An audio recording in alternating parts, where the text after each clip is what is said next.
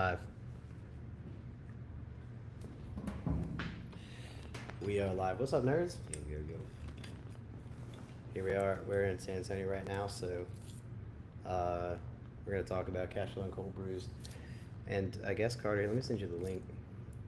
All right. Just put those on Twitter.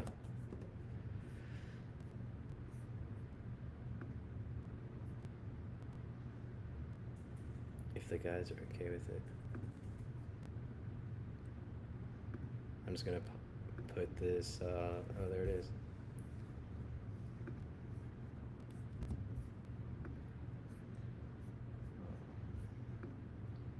All right, so we have put a link.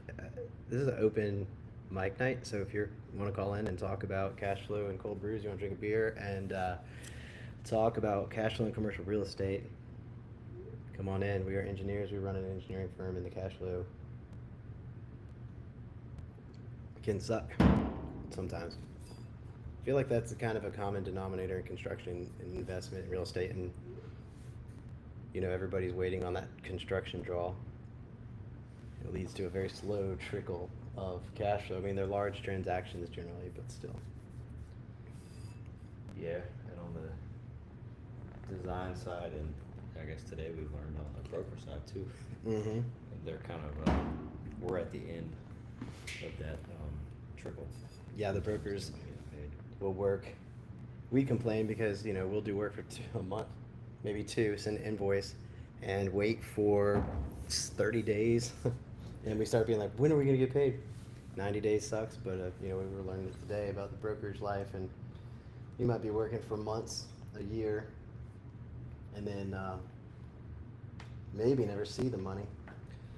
Yeah, I mean, for us it sucks because we have to wait that time, but at least absolute worst case, there's an authorized contract and the services have been performed and the work is done, so we have recourse to get that money if needed. But if you're on the broker side and doing a payment structure like Bethany was talking about, then you could do all that work and get to close to the very end, and for some reason the deal falls through, then you're out half your money, and that's months and maybe even years of time that you put into it. Yeah. Great.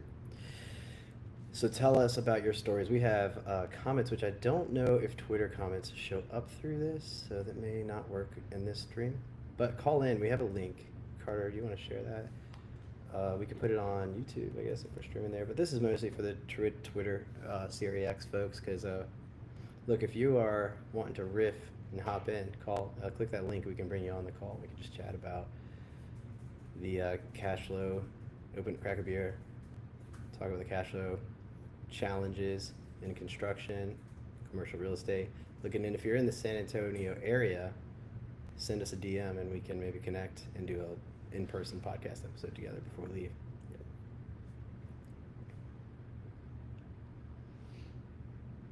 Tomorrow we've got the CRE launch course. We're doing a MEP section of the class to talk to the students that are commercial brokers that are in the CRE launch program, and we're doing a MEP section tomorrow. Mm-hmm. We're talking about the deal busters on the MEP systems. Usually the deal busters are related to somebody saying that it'll work when it won't. If you live in a humid climate, then HVAC is extremely expensive. If you want high ceilings, it's always going to be more expensive. Water meter upgrades, we're going to be talking about that. How to identify some of those problems even in the LOI and lease terms. How do you make a comment here? Join the conversation. Oh, whatever. Did you share the call-in thing? Yeah, so just send you this link if you want to join. Yeah, get in here. Somebody click in and join and hop in on the riff, ask questions. We are in the construction side of the MEP. We're the MEP construction folks. But we're hanging out with the commercial real estate brokers side of things and developers. And we learned today that we should get a real estate attorney on the podcast and talk to them, because we didn't really understand until today's conversation the nuance between the letter of intent versus the lease and all of that. And LOI being, I guess, the quick Cliff Notes version of like what we plan to do when we get to the lease stage. And we've learned that that's really where those MVP terms kind of start to creep in really quickly and easily. For example, here's a tangible example. If you're listening and you're a broker, you've probably seen this. Landlord will provide X square foot per ton. It's a terrible lease term. From a mechanical engineering standpoint, that's just a very terrible way to approach it. It's a fine lease term, but you know, if you want to provide some density of tonnage, then just provide a budget, a line item allowance. Don't put HVAC equipment into a building before you know the tenant or how the tenant layout will be. It ends up making the HVAC pretty bad, depending on the application. Doesn't work in most applications, and then you end up having maybe a 15-ton RTU or something that just rooftop unit that's not useful. It doesn't have what the actual tenant needs. So just give them instead, like, I don't know, if you're gonna do 350 square feet per ton, give them the $6,000 per ton of that, or whatever your local kind of going rate for the standard tonnage would be. Just say, all right, here's an $80,000 budget for HVAC to put toward, you know, if they don't spend it, whatever, they get the 80 grand. It's going to be better for the install if they can do that.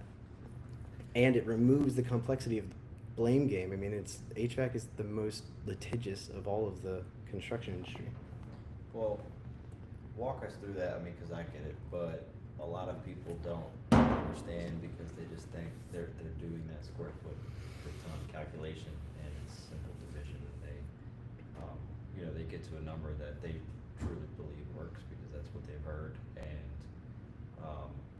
I think most people don't understand that tonnage is only one part of the equation, just like 200 amps is only one part of the equation unless you have the voltage in the phase along with it, like statement to it. So why is it that, you know, if you have 4 tons or 8 tons or whatever in a space, why won't that work for something like an office versus if you have like a restaurant come in, if it really is a square foot per ton calculation, even if they're on the more you know, conservative side of that, and they, you know, want to provide a little extra. Say, all right, instead of 350, I'm gonna do 200 because I want to future-proof my space for all types of tenants, Kenny. So I'm not gonna do 350. I'm gonna do 200. Yeah. Oh man. Yeah, that's a good question. Well,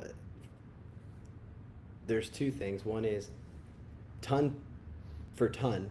The tonnage types are different. So you can have 1 ton of a certain type of equipment that might have advanced features like dehumidification versus 1 ton of a cheap air handler that you'll buy from Home Depot. Those two different kinds of tons, one might be $5,000 per ton and the other one might be $9,000 per ton, just based on the fact that that ton comes along with more advanced features, and in many applications those advanced features are necessary. And so that's the first part of why it doesn't make sense. Because if you're going to provide some square foot per ton, if your landlord is providing it, or if you are the landlord providing that, it's almost certainly going to be the cheapest ton that you can buy, which is going to be disadvantageous to you, especially for the building owner, and you have a high moisture load. That'll ruin your building. That'll just destroy it from the inside out because of the mold that'll grow. So then the other is like, yeah, I mean, you really don't know where the zones are going to be. So let's say, okay, wait, great, we gave you 200 square foot per ton, and now you got all this tons you need for the restaurant. Well, how many units will that equate to? And who's determining that? Because you can make 20 tons very expensive just by breaking it into multiple 2-ton zones, or you can do a 20-ton rooftop unit. So it's this ambiguous language, and again, it's always, we've been advocating for it. We've caught a few deals and really saved them with our like clients that we work with most. They just basically just call us now for the LOIs, which is what we'd like to see, where they've just started to say, all right, here's $80,000 or 100 grand or whatever. So if you're in your local market, just, oh, did I order that already? We're ordering beer. Yeah, go ahead and check out. We're ordering some cold milk. We're ordering some cold milk. We're running out of milk. Alcohol agreement. I mean, cold milk agreement. Cold milk agreement. Just went DoorDash. Just DoorDash some milk real quick. Yeah, I can't run out of milk. What? No, it's good. Good. Cool. Yeah, it should be. Alright, yeah. That's good. So yeah, here's what you do. You go, you download the little presentation that we're doing on with Bethany's class tomorrow, and in there's a slide that refers to this ASHRAE cooling check table, and that'll tell you what density of tonnage is to be expected based on the occupant category. So you have a church, you might be in a range of 100 to 300 or whatever. It just gives you a low, medium, and high versus an office. And just to understand, I mean, those densities range between 100 square foot per ton to 600 square foot per ton, which is a 6-time difference depending on how you intend to use this space and your comfort expectations. So there's a 6x multiplier on just the pure capacity, and then that's before you really get involved with zoning and all the other nerdy stuff that comes with that. So just, the easiest way to approach it is use that table, find out what density makes sense for your tenant, figure out how many tons you would provide, and then call 3 contractors and say, hey, give me a mid-grade sort of tonnage, high level. How much might it be per ton, dollar per ton, or your GCs? And just get a feel for that, and then calculate your tonnage, then multiply it by your dollar per ton, and then just offer that in your lease agreement. Everybody wins in that scenario, because now the tenant can maybe take advantage of being cheap and just sweat and not be comfortable and say, fine, I'll just go ahead and use that for my fancy finishes that'll get destroyed because I didn't buy HVAC. Or you give them the money, and then it's on them to get the system they need if it's in excess of that budget. And you clarify this big finger pointing game. It's like, hey, all I was doing was giving you money. I have nothing to do with the selection. We see that all the time, where the landlord will provide some big fancy packaged rooftop system, and somebody else ducts it and puts the VAV in, and then it ends up being a finger pointing game about who's doing controls and all that. So I don't want to get too into the technical, but if you're listening and you're a broker, hop in, tell us about your experiences, click the link and join. We can bring you in the call. But ultimately, that's our biggest piece of advice, is start talking about allowances for HVAC instead of tonnage densities. Yeah. Mechanical gets hit with that the most. I mean, I was thinking for electrical, you could do something similar, just bring in empty conduits, because everybody wants to put a 200 amp panel in every single shell space, and that really only, we're going to talk about this tomorrow at the class, but 200 amps at 12208 3-phase is very important, but 200 amps really only works for retail and office. If that's one thing you take away from this, then take that. Anything like a restaurant, especially something like an industrial, but a lot of times we'll see these strip center type of buildings, like these multi-tenant buildings, all have a 200 amp service, and we've been through this on our own clients for their own projects, their own developments, where we'll be hired to do the shell design and design the utilities that come in, like the electrical service for each space. And part of that consulting is what type of tenants are you going to have? Like somebody like Mr. Elgroves, shout out to Art. He knows he's going to have industrial type of tenants in the space, so he knows exactly what he wants. But a lot of our clients, they don't, and they'll just say, we're going to have office and retail. So are you sure? Yes, we're going to have office and retail only. So we'll plan for that, and that's fine, right? Because you don't want to spend a bunch of money with giving 800 amps to each tenant if you don't think you'll need it. But what ends up happening a lot of times is, we'll design it around the fact that they told us it's going to be office and retail, and then inevitably a restaurant tenant comes in, and then a second restaurant tenant comes in, and then a third and a fourth.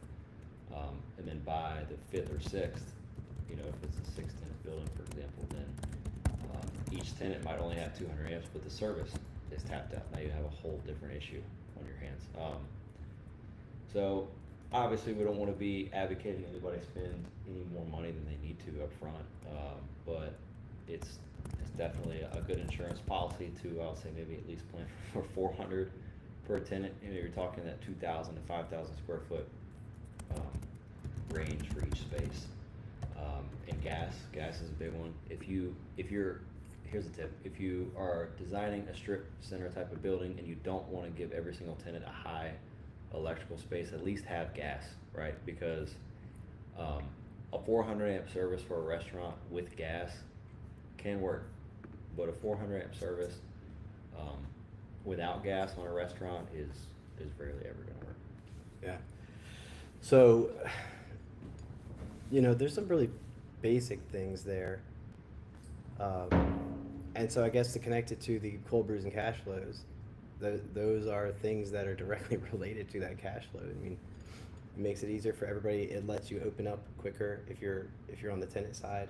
There's less disputes, and you can get open. If you're the broker, you get closer to certificate of occupancy because there's less finger pointing. There's nothing like HVAC that'll stop construction dead in the middle of nothing. And everybody, of course, wants to blame us, the engineers. I mean, we're not, awesome. We kind of suck in a lot of ways, but we definitely at least know what equipment should go in buildings, even if we don't do the best in like physically making things like fit. But often I think people will just ignore the advice from engineers and write it off as over-engineering when genuinely those are the most qualified people to help decide what goes in a building. So if you're determining how much cash flow you can get off of a building based on some assessment from somebody who doesn't have that background, then it's going to really mess up the numbers, and we see it all the time. We come late to the game, LOI is already there, leases are signed. I mean, shoot, recently we had somebody have gone through the $10,000 in fee from us, and then the whole time we were telling them from day one, the space needs significant upgrades. You're gonna need a new water meter. You may need a new sewer lateral because you're gonna need a grease trap, which puts the lateral deeper than what I think your lateral is right now. Upgrade after upgrade after upgrade, 20-year-old HVAC, and then the whole time they're being told by a contractor and by the owner that it's fine. Mm-hmm. Well, fast forward, 3 months, it's not fine, and they finally have, the landlords finally acknowledge it's not fine, and they're going to set them up in a new space that's apparently fine. We haven't looked at it, but they've just now burned probably $25,000 or $30,000 in soft costs on it's pretty much their whole budget. So yeah, it kills deals all the time. I mean, contractors are great. They have their place, and we have our place, but that's what we do. That same space you were just talking about, we were there for 20 minutes and we already were looking at each other like, Yeah. this is probably, like, this whole building was set up for offices Mhm. and retail, and that's what the whole building was. It used to be an insurance office, one bathroom in the back, little 200 amp, maybe single phase, 3-phase service, I can't remember. But what did I just finish saying? A 200 amp service never works for a restaurant. That same exact project we designed, we did a service upgrade for the electrical, and I think they had gas, so it's tough. I can imagine being on the tenant side and being excited about getting into space, and you finally went through the process of getting the lease, going through all the lease negotiations and finding a spot, and you're excited about it. You've got your floor plan maybe from your architect already, and then these MEP dorks come in and ruin the party, and it sucks because it costs a lot of money, especially on the soft cost side, and then you got to do all that again and find another spot. So the takeaway from that is get us out early. Look at a space, follow us on Twitter. We post a lot of videos that talk about tips that are pretty general and broad. Like, if you're looking at a space and you see a 200 amp service, or you see a 3/4 inch water meter, or 25-year-old HVAC, you should start, the yellow flag should start going up. So we're engineers, so we're talking about buildings from that perspective. And if you have questions about your deals and what things might cost in construction, or what you're going to be faced with potential upgrades, call in and ask us. But also, we're curious about talking about cash flow in general in your industry. And in ours, we've really started to just kind of not be okay with the pay when paid. It just sucks, and I don't know. I understand why. Look, I mean, it's not like I don't know why. It's because nobody has money. So that's why the banks are a part of this, and not even really technically the banks have money, but when the draw happens, that's when the cash starts to flow. And so everybody's in this world where they're providing services for weeks or months or potentially years, and all are waiting for that draw to come out and start to disperse into their economy, and then they have their employees. But I always say, pay when paid is strange because, well, the mortgage that you pay doesn't work that way. There's no lender in the world that would say, listen, I'm going to give you this money and then be okay with you just working it out whenever you get paid. You'd lose your house and car. I mean, it happens. But in the construction industry, for some reason, it's just normalized that we would provide these massive loans and engineering fees. In our smaller project world, range between 2, 3, 4,000, maybe on the smallest, up to 100 to 125,000, maybe for like multifam in our particular market. And so that's a loan. I mean, you're basically giving somebody a loan and not underwriting it. So it's just like that's what the whole industry is propped up on it. And it's just wild. So curious to hear about other people's challenges. We've now just basically started not releasing certain things like stamp drawings until we get paid. Yeah. You'd be surprised about the gaslighting, and if you're in the street, you probably are not surprised about the gaslighting because people will act like you're sort of disrespecting them when you just say, hey, remember that the payment terms that you made? So could you pay the money now? Yeah, I'd have more. I mean, it sucks because I get it's like industry standard, and then that one, she asked us, "Are we trying to change the whole industry?" And the answer is not really. We're just trying to do what works best for us. But I'd have more, I guess, respect and appreciation for if there was upfront about it. Like before you sign a contract, like there's probably only a handful of things that you need to be looking at. Is what am I signing up for? What's the schedule? What's the payment terms? What risks am I exposed to? That sort of thing. And we've had people do this, and I mean, we've been able to work something out with them. But 95% of people don't look at that in our contract. They just sign it, and then they say, "Oh, I thought you guys were 30 days." It's like, well, I mean, we had to add a section to our contract where people had to initial next to it just to put it more in front of their face and try to be more transparent. We're not trying to hide this. Like it's in bold. It's right there. We just don't want there to be any surprises. But yeah, the gaslighting is crazy. You agree to this. We provide a service. We want to provide a service that we're happy with and that you're happy with. But when it comes time to get paid, the gaslighting starts. It's no fun. Yeah, it's so normalized. So what we'll do we're still exploring how to handle this in the industry, but we would like to do is not stamp a drawing until the full payment is there, because once it's stamped, who knows? And we have zero underwriting. Like I don't know you from Adam. I don't know who you are. Even if you're like a client, there's very few of our clients that we just trust completely because we've done so much business with them, and it's fine. I know everybody has those clients, but for the most part, even the clients you have some relationship with, you never really know, because they're also paying you from their client. And so you have this third party counter risk or nth party counter risk. Like, all right, well, you're my electrician client. How liquid are you? You're going to pay me from what the GC gets paid. That GC is going to get paid from that developer's draw. Well, is that developer going to go bankrupt? So I get it. I know in the trades, I think if you're in the trade world, call in to be curious, ask you questions. But my understanding is in general, there's this 10% that is always withheld from every payment. And so that you can be back charged, I guess, if somebody believes that somehow you owe them a repair for something that was broken. So that's crazy. That 10% is just withheld, and I'm sure without interest. So just wild.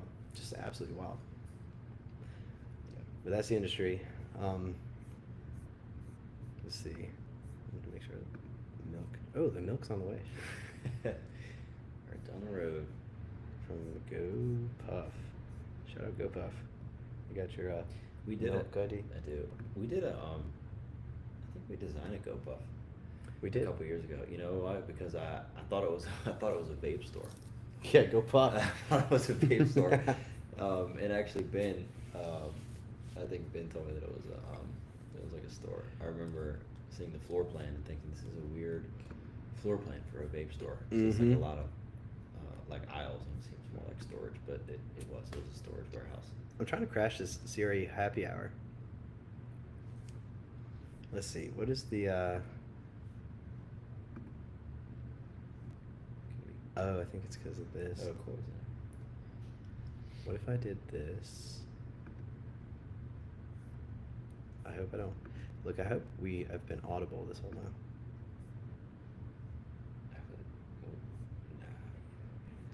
Yeah. Look, there's a link. Call in. There we go. We're good. Oh my God, dude, we've been coming through the. Oh, cool. Cool.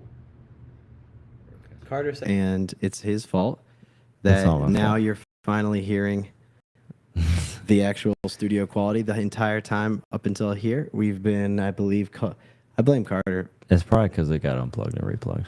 Yeah, which is yeah. my fault. Yeah, it's totally my fault. I'm so sorry. It's better than when I had it muted for the like half of Stewart's podcast. So Yeah. there we go. So now you should hear us. Now I'm going to see if I can crash this happy hour.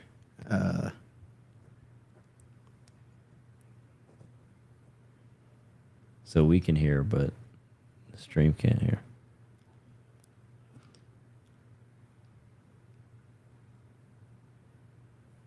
I'm going to hop out because it's not recorded.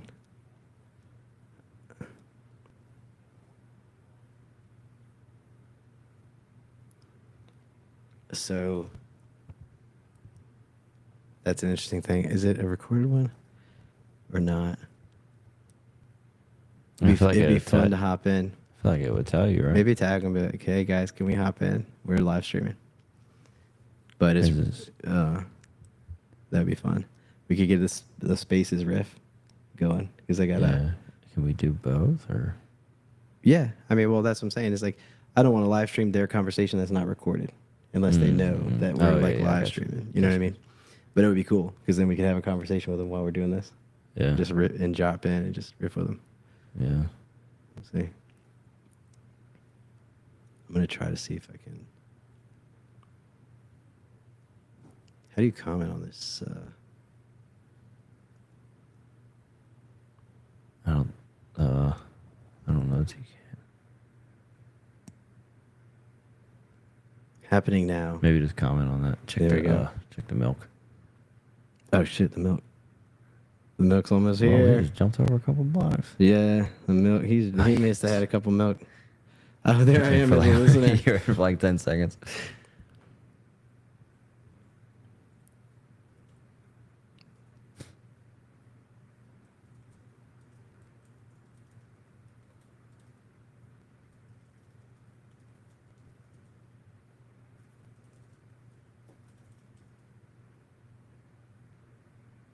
But I just want to make sure you're cool with that.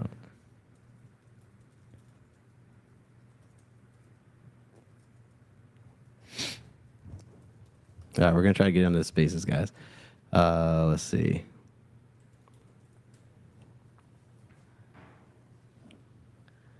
Yeah, before. Yeah. We're trying to get permission to see if we can join because these guys are riffing in a Spaces, but it's not recorded. So I don't want to blow up anybody on the non-recorded Spaces. With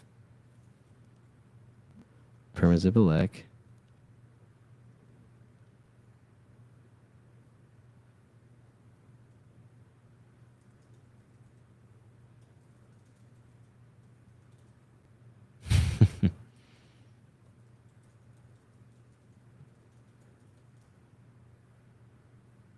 All right. So if we can, if you're tuning in, we're hoping that we can not crash the Spaces. I don't know if that'll work. We're hoping it will. I mean, should work Yeah. in theory. And so we can basically kind of, let people tune in and listen to the beautiful real estate riff. Yeah, that'd be cool. And we are having more glasses of warm milk with everybody. So It's cold, man. Don't Come on. forget, you can call in if you're listening right now. Call in. There's a link on Twitter, Yeah. and you can be a guest and hop in. We could put you in the conversation here. You could join in. We could put your camera on, and you could talk about real estate. You could talk about cash flow. We call it cold brews and cash flows, but we could talk deals. We could talk construction. MEP. We could talk MEP.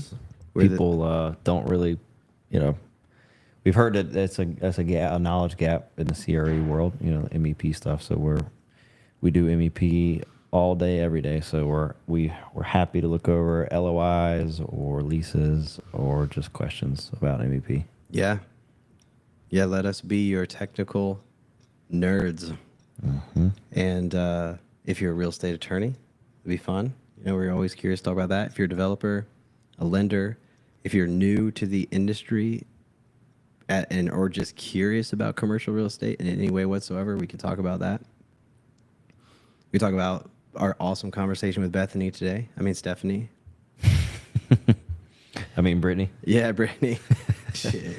I was calling Stephanie Brittany for like an entire conversation with somebody on her team. I felt so stupid. I feel like they've been sitting there for. Yeah, I think our DoorDasher's drank a couple milks himself. He's been driving all over to San Antonio. Oh, shit, we're live from San Antonio. We should put that up on here.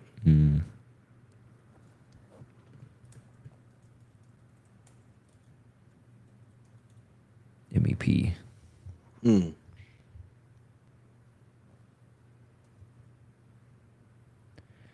Hey, shout out to Topher. Topher wants this the statue right here.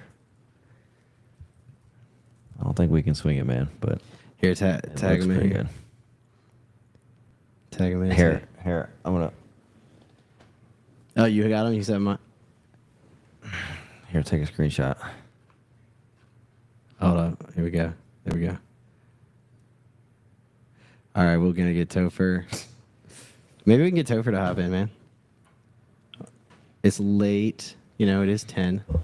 But we are not, it's not a, you know, we're in San Antonio. So whatever. We're going to be drinking milks all night. All right, so let's see.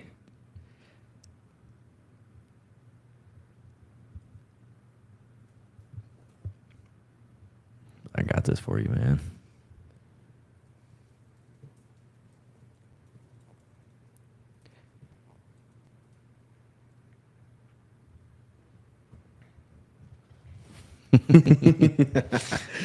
All right, we are on Twitter mostly. So if you're listening on YouTube, sorry, you should head over to Twitter. But I mean, you can comment on YouTube. We might see your comments. But we're really here for our Twitter families, friends out there. We're. I mean, the real estate Twitter community, the CREX community, is just really fun group of folks. We've been having a lot of fun, get to know everybody. And we're like the resident engineering nerds that are just kind of crashing and hanging out with you guys. Really enjoyed the conversations we've had so far. Looking forward to many more. We'd like to go to Austin, Dallas, Fort Worth. There's a lot of folks out there. We'd like to head out to Kansas City, of course. Everybody knows why. California's giant, so there's a lot of folks out there. Florida. So today we're in San Antonio, Texas. It's my second time in my life being here. Beautiful city. We looked at the Pearl today, so we got a lot of cool That place was cool. shots. Man, yeah, I mean, I didn't realize how legendary it was. It's hard to understand how awesome that project is unless you're there. I mean, The I was whole looking place, into man. it. I mean, even the history behind the hotel is crazy. Like selling sodas and ice cream during the Prohibition to stay in business is a cool story, man. It's a cool Yeah, story. man. It's like us drinking sodas and ice cream tonight. Yeah, and milk. Yeah.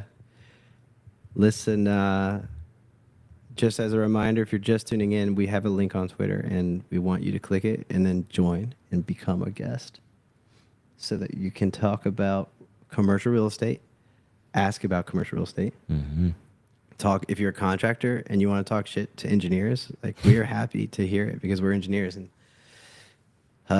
you know, we like to talk through some of those age-old battles of things in the industry. It's one of our favorite things to talk about.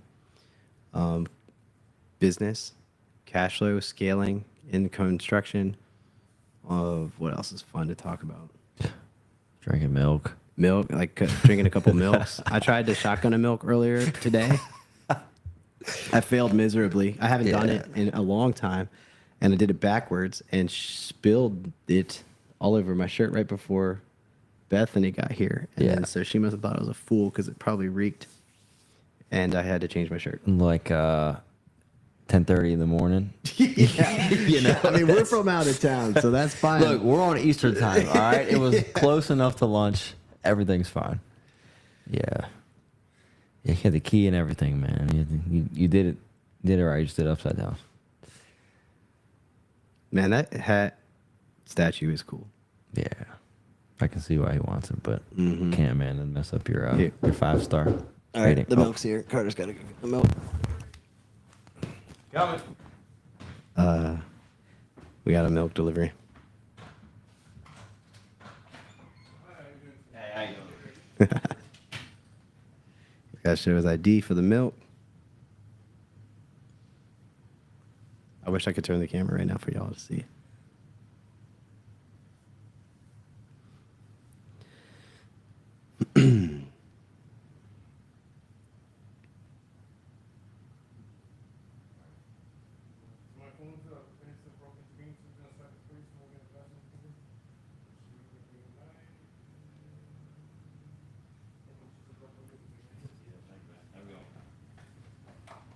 All right, whoops. That milk came in a funny case. Yeah, these are warm. Are they? Shit, man, we're gonna have to put some ice in the milk water. These aren't cold at all, man. Yeah, a little ice in milk water.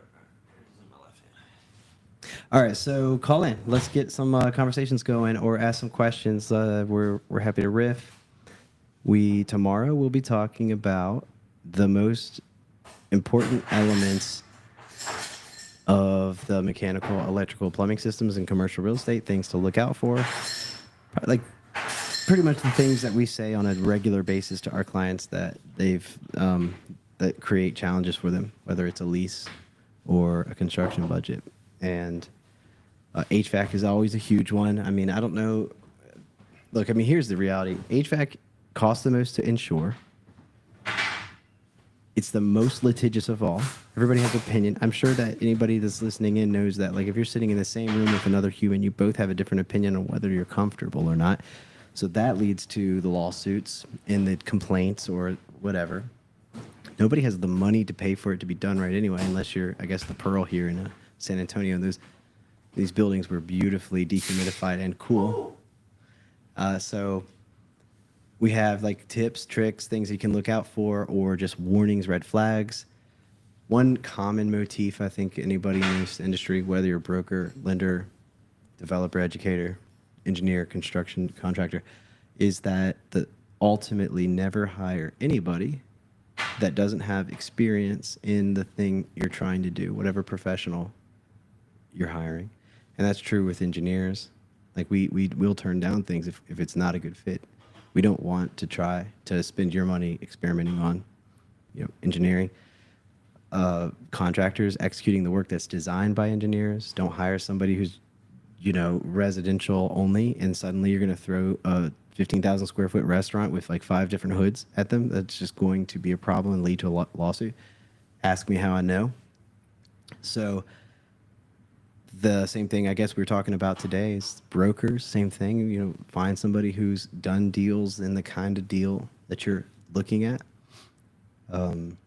Architects, all throughout the industry, as we find more lawsuits, I think, related to the lack of experience being intermingled too much on a project, and then fingers start to get pointed, and it gets messy. Now, I will say also, the owners themselves pose a significant amount of risk, and that's why we produce at least our content for the most part. We're providing as much as we can. As boring as our subset of the industry is, we're trying to raise to the highest, like simplest levels, those things that we deal with in the MEP systems that are going to impact every single project, because it's a third of the cost of construction, roughly, depending on your project. And so it's crazy. It's also, and if you're listening in and you're in commercial real estate, you also know it's the most complained about thing right after you get your certificate of occupancy. How many of you guys that are developers, contractors, architects, engineers, brokers know that there's HVAC complaints all the time? Ask yourself this question if you get an HVAC complaint. Did we do something called...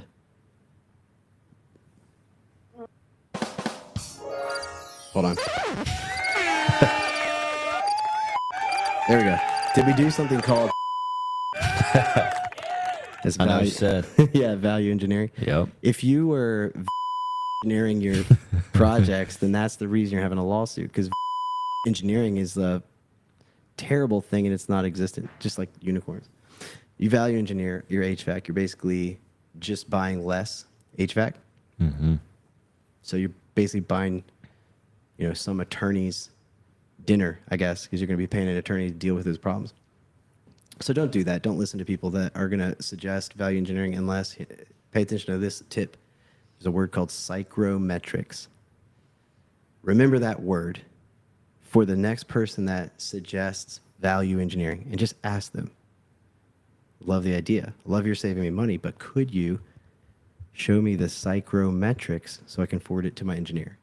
And if they can't, say, hey, I appreciate it, but I need to go with my engineer who understands how the system works. Mm-hmm. Still waiting on somebody to hop in on this call. The whole experience thing is crazy to me, man. I mean, what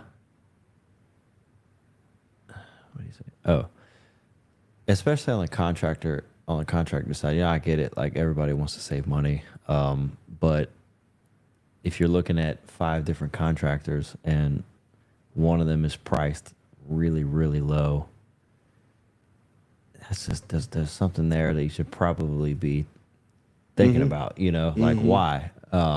Obviously don't spend more money than you have to. I mean, that's dumb,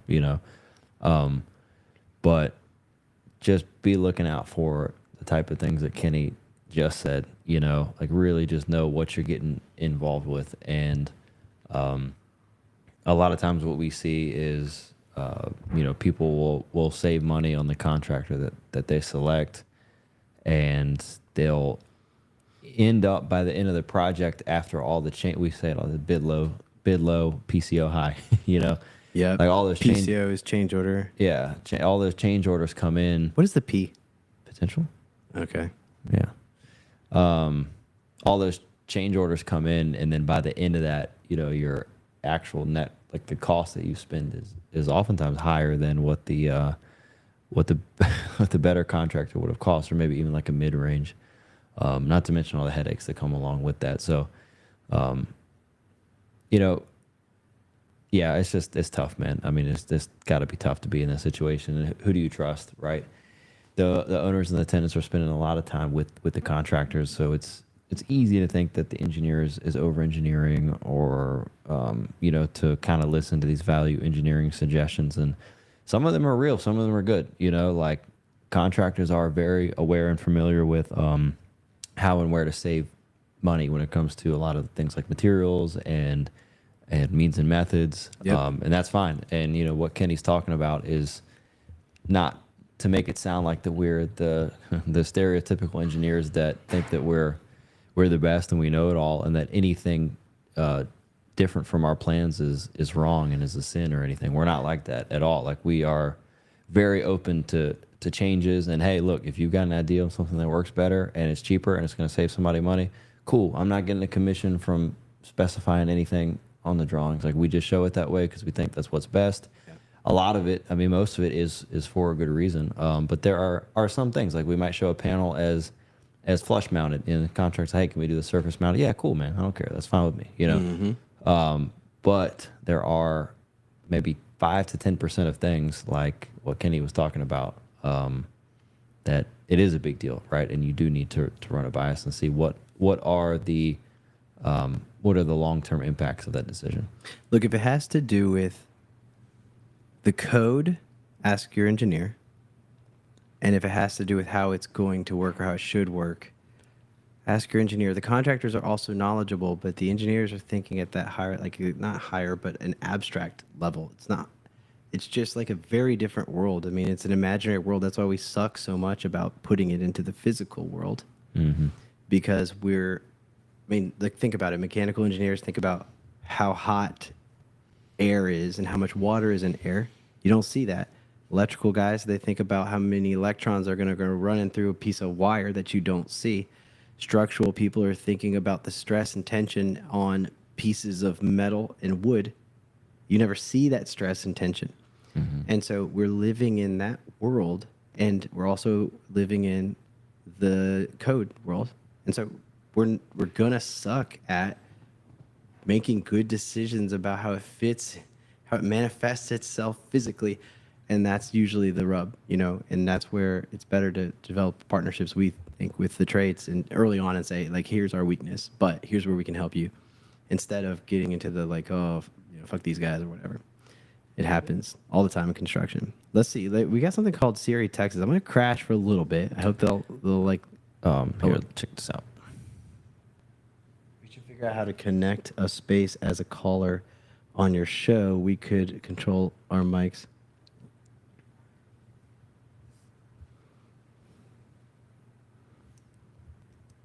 Can we do that?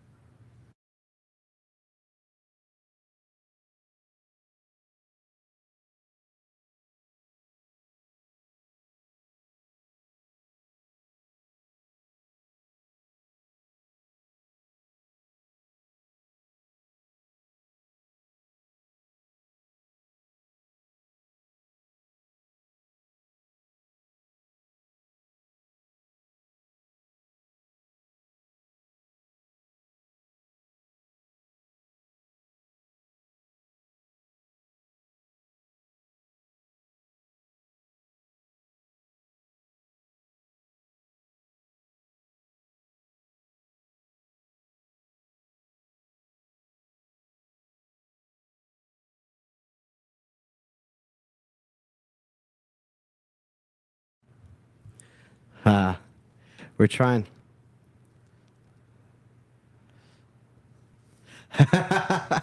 But can we hop in on here?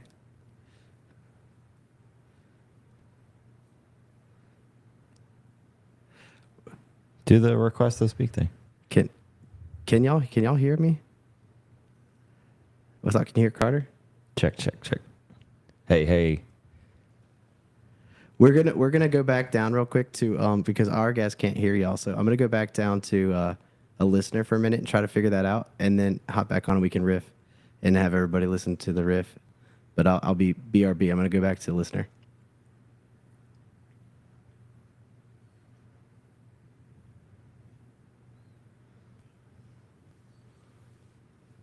Oh, wait, hold on a second. Can you hear me now? Does it sound different now to y'all? All right. Curious. Can y'all talk? I'm just testing the levels. Okay. No. All right, no, you're good. All right, go ahead.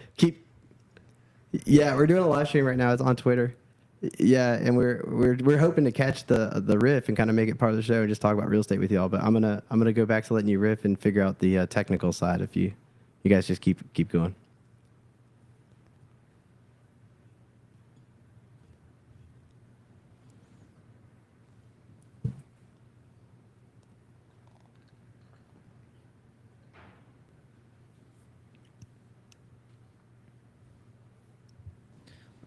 Let's take a leak. If you're tuning in, we're trying to get the spaces going. Let us know if you can hear it, by the way.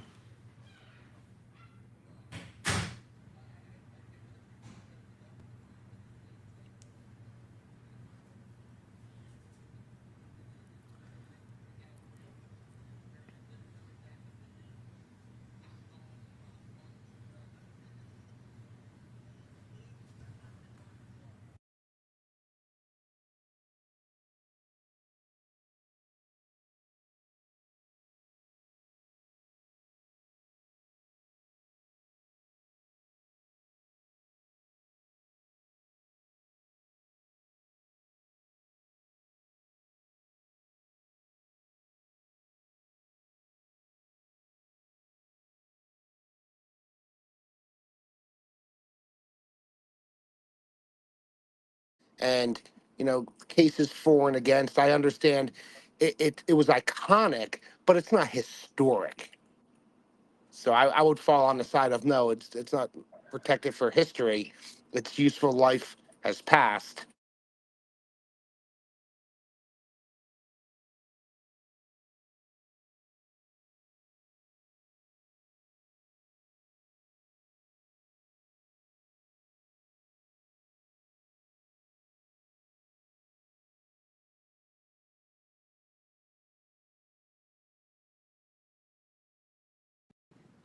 Check, check.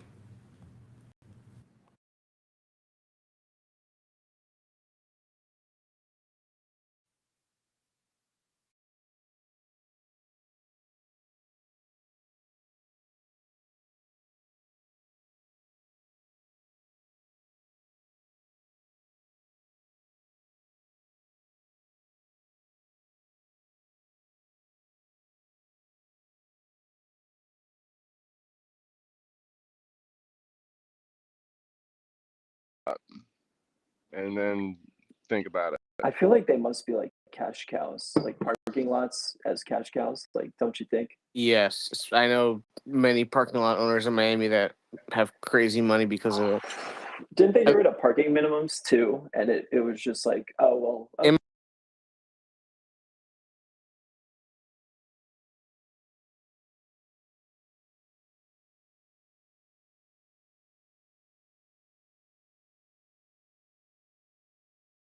Parking lot gravel in Miami before somebody gets on your ass. They were actually cracking down on that like, in the Wynwood area where you have to, if it's gravel now it's starting to, you have to at least like light it. All right, I up think I at night found and out how to do fence this. it. All right, sorry mine was guys. fenced. I parked down Yeah. there, Tell I got a me, ticket, see if I you can was like, tag somebody and ask them, or yeah, can Victoria? They never I followed mean, up. It was like Victor, around your the friend. Yeah, now they're all the license plate readers and it's like these private issue tickets. She said it's and- Wow. off Yeah. and on. All right, That is. Victor, can you If tell anyone us saw Wynwood before? It was if like, it's working now? now it's like dim sum with like rave music, but You're before ho- it was I'm literally hoping you like can hear warehouse them talking. with art and just there was a basketball court down there, no Yep. tall building. Well, the perfect example is if you guys ever saw Too Fast, Too Furious in 2003. It was Throwback. filmed in Wynwood. No way! Oh So my if you gosh, remember, I there's the watched scene where they have was the it- car which- scramble, which that one? big warehouse where they mix up the cars and lose the police. That's Oh, the really? Mana Convention Center in Wynwood, and the surrounding areas of Check, Wynwood. check, so all that check. filmed there. Can All right. hear both So of that's us 2003. now. We got you guys audible, but now I'm afraid. Can somebody talk and see if you hear an echo? No echo. You don't hear y'all? Did you guys Sweet. notice that I was driving through Birmingham or through Alabama and a meteor shower hit and we were stuck in traffic for like 3 hours? Is that good audio test? Yeah, that was awesome. I was on the edge of my seat. I'm like, where's this going? Fake news, but yeah, great to have you guys on here. We're just riffing about real estate, usually highest and best use. Got people that in here that have a lot more experience than I do, but they're kind enough to let people up with mics. Are you guys talking about a hot topic? Usually we do a deal share, and Oh yeah, well, I'm on we our just side. talk about deals they're doing. We're here to just we're MEP engineers. So if anybody has any nerdy questions about their deals, we can talk about that. But we're also just kind of talking cash flow and commercial real estate in general. Just how it goes. The riff on the commercial real estate side. So. Oh wait, MEP. Maybe we could tell David that his vertical hydroponic system in a place where land is very cheap is not a great use of a high use. Wait, what's this? No, so I was proposing all of the empty office buildings in North Houston and really in other submarkets that have really degraded, and repurposing them for vertical farms, right? So ultimately, you just scrape everything down to the bones, no drywall, no floor, nothing that can mold, and you just have to make sure, I guess, it has the structural integrity for any fish tanks or water or whatever weight, uh, and then cooling and electricity, right? Because the vertical farms, you just need water and lights and cooling systems, right? So we were actually just talking about, if the mechanicals in one of those buildings could support, vertical farms like on each floor, right? Like hydroponic No way. farming. Sorry, man. I didn't mean to interrupt. So I'm so sorry. I feel like a jerk. I'm just gonna shut up. Please say the rest. No, or we just scrape them and tear them down, but no one wants to redevelop in those areas, right? Yeah.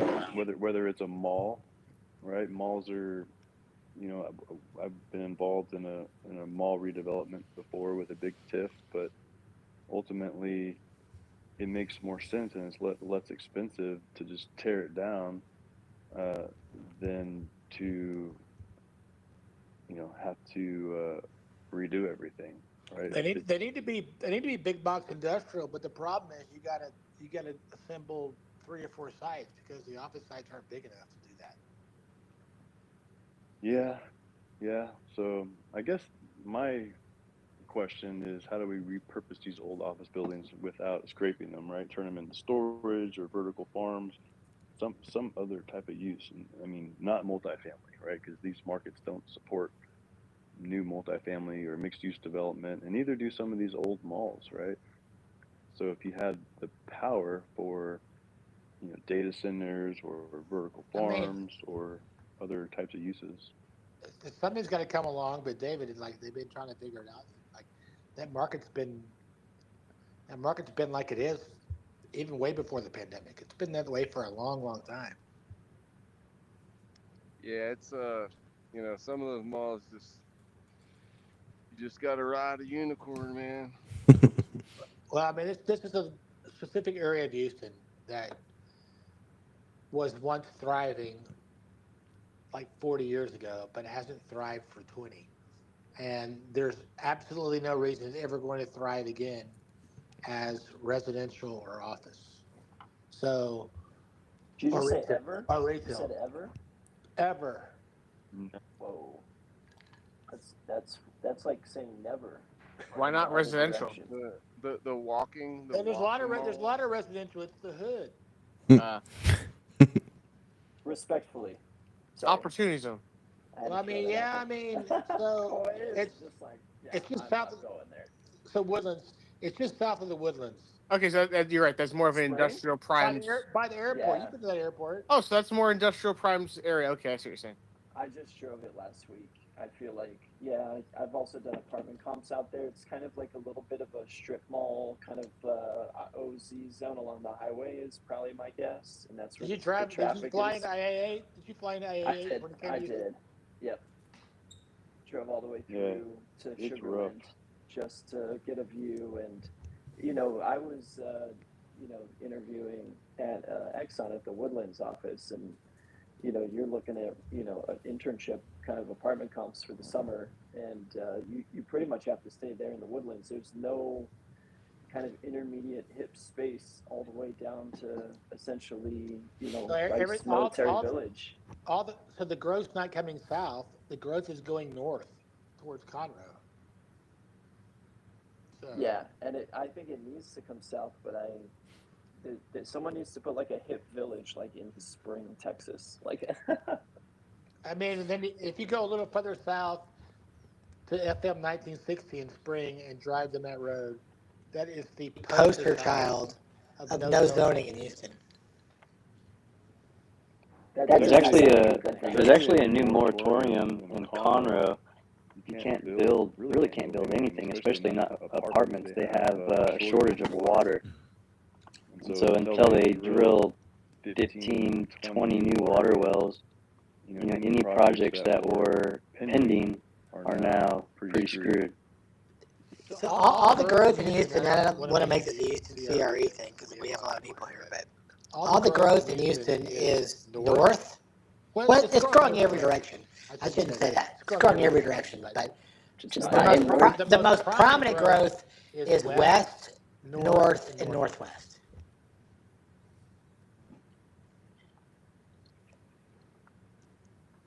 Just Yeah, Tomball's booming. Tomball's booming. Yeah, and Cypress is, Waller County's booming. Boy, we're coming, man. Courtney gave me the okay. We're coming to Houston, and then we're coming to California. All right. Free ice on it. Scoping out deals. We're just rolling through and just meeting people on random and saying, whatever. But We're coming. she said she wants to do it. We took road trip in the Cybertruck, truck, and she likes it. And it's actually pretty nice. So You don't want to drive from we're coming all the way East to Tennessee. We're You gonna don't want do to it. drive from East Tennessee to Palm We're not. Springs, I promise you. We're doing it. Trust me. Good We're for gonna you, do bro. it. I mean, God we bless need. you. We're gonna It'll do take it. like 3 Hopefully we days. don't. Hopefully we don't get hit by a meteor shower again. Oh, Good okay. lord, that was crazy. Yeah. Okay, so Yeah, we were But just talking let's like about. let's not but get random. Like Coy, Yeah. we won't get random. But Coy, I mean, where where do we stay in Houston, bro? where? Post Yeah. Oak. Yeah, Galleria area. Okay. Well, will you message Courtney and tell her Yeah, that, the please? Post Oak, the Post Oak, All right. the Post Oak Hotel. Post Oak, okay. If you're Just tuning send it in, to we're Courtney, listening dude. to Spaces If that you you can get on join the on money in the Twitter. world, that's a good place. Kevin is hosting it, There's a It's Morton's not 1,000. There's a what Morton's and 500 feet we're from your just door. riffing with these guys. Don't you guys It hold even on? does room I'm service. I'm at a Hampton Inn right now. Okay, leave me alone. I'm not. He's a They have casual those guy. too. There's Hampton Inn down the street as well. Hey, I is think you anybody in stayed San there. Antonio, by the way? I used all my credit Oh, card points and I stayed there and it was worth it. I'll tell you what. That was I an tell it you was what, an it was crazy, amazing hotel. man. I like there was for some reason everyone and their mama is driving through Alabama right now, and all the hotels are booked. And like I got in the car, and I said, "Where's the supercharger?" You know, midway from New Orleans to Tennessee, and it said, "There it is." And there's a hotel. I clicked it, and on the just from the Tesla, I clicked the thing, and it called it for me. And I'm telling you, man, don't don't fucking fade Elon, bro, and Tesla. I give you I'm oh, credit. I I am would not I drive am my not Tesla kidding. across the country. I would not really? short Hell Tesla no. ever. Why Do not? not ever. I mean, Tesla totally got like Could you $10 put or that something from that. That's crazy. guy All in right, so between us? All right, I'm gonna we're stop right putting a time limit on talking Oh, here. yeah. It includes me. So what I hate about these rooms is when people dominate the conversation. So everybody gets a couple of minutes, and then you're done. We move on to somebody else. We can circle back around. I think that's a really great method, and thanks for being such a good host, Coy. I've learned if you let people dominate the conversation, then people start leaving. They don't get to contribute if they want to. I mean, nobody here wants to hear the same. You don't want to hear me talk about Houston real estate for 18 minutes. You don't. Houston's an interesting story right now. If we're, So but I we're get not what going to you're go saying. there. So we're going to move on. So who raise your hand if you want to speak? We've got special guests Kenny and Carter up. Kenny and We are Carter doing are a doing live what they're stream right doing. now. We just went to the Pearl here in San Antonio. That's crazy. That's a cool place. That's Yeah. a cool place. Never. I mean, I was looking into it before we came in here, but Why are I've you never guys in seen San that. Antonio? Are you doing something with Bethany? Yeah, we just interviewed. We did a podcast with her earlier today, and we're doing a class, like teaching one of her classes tomorrow on MEP, for like the big hitters on MEP, what'll kill a lease, that kind of stuff. I'm going to speak on Monday Oh. at their Houston deal. Nice.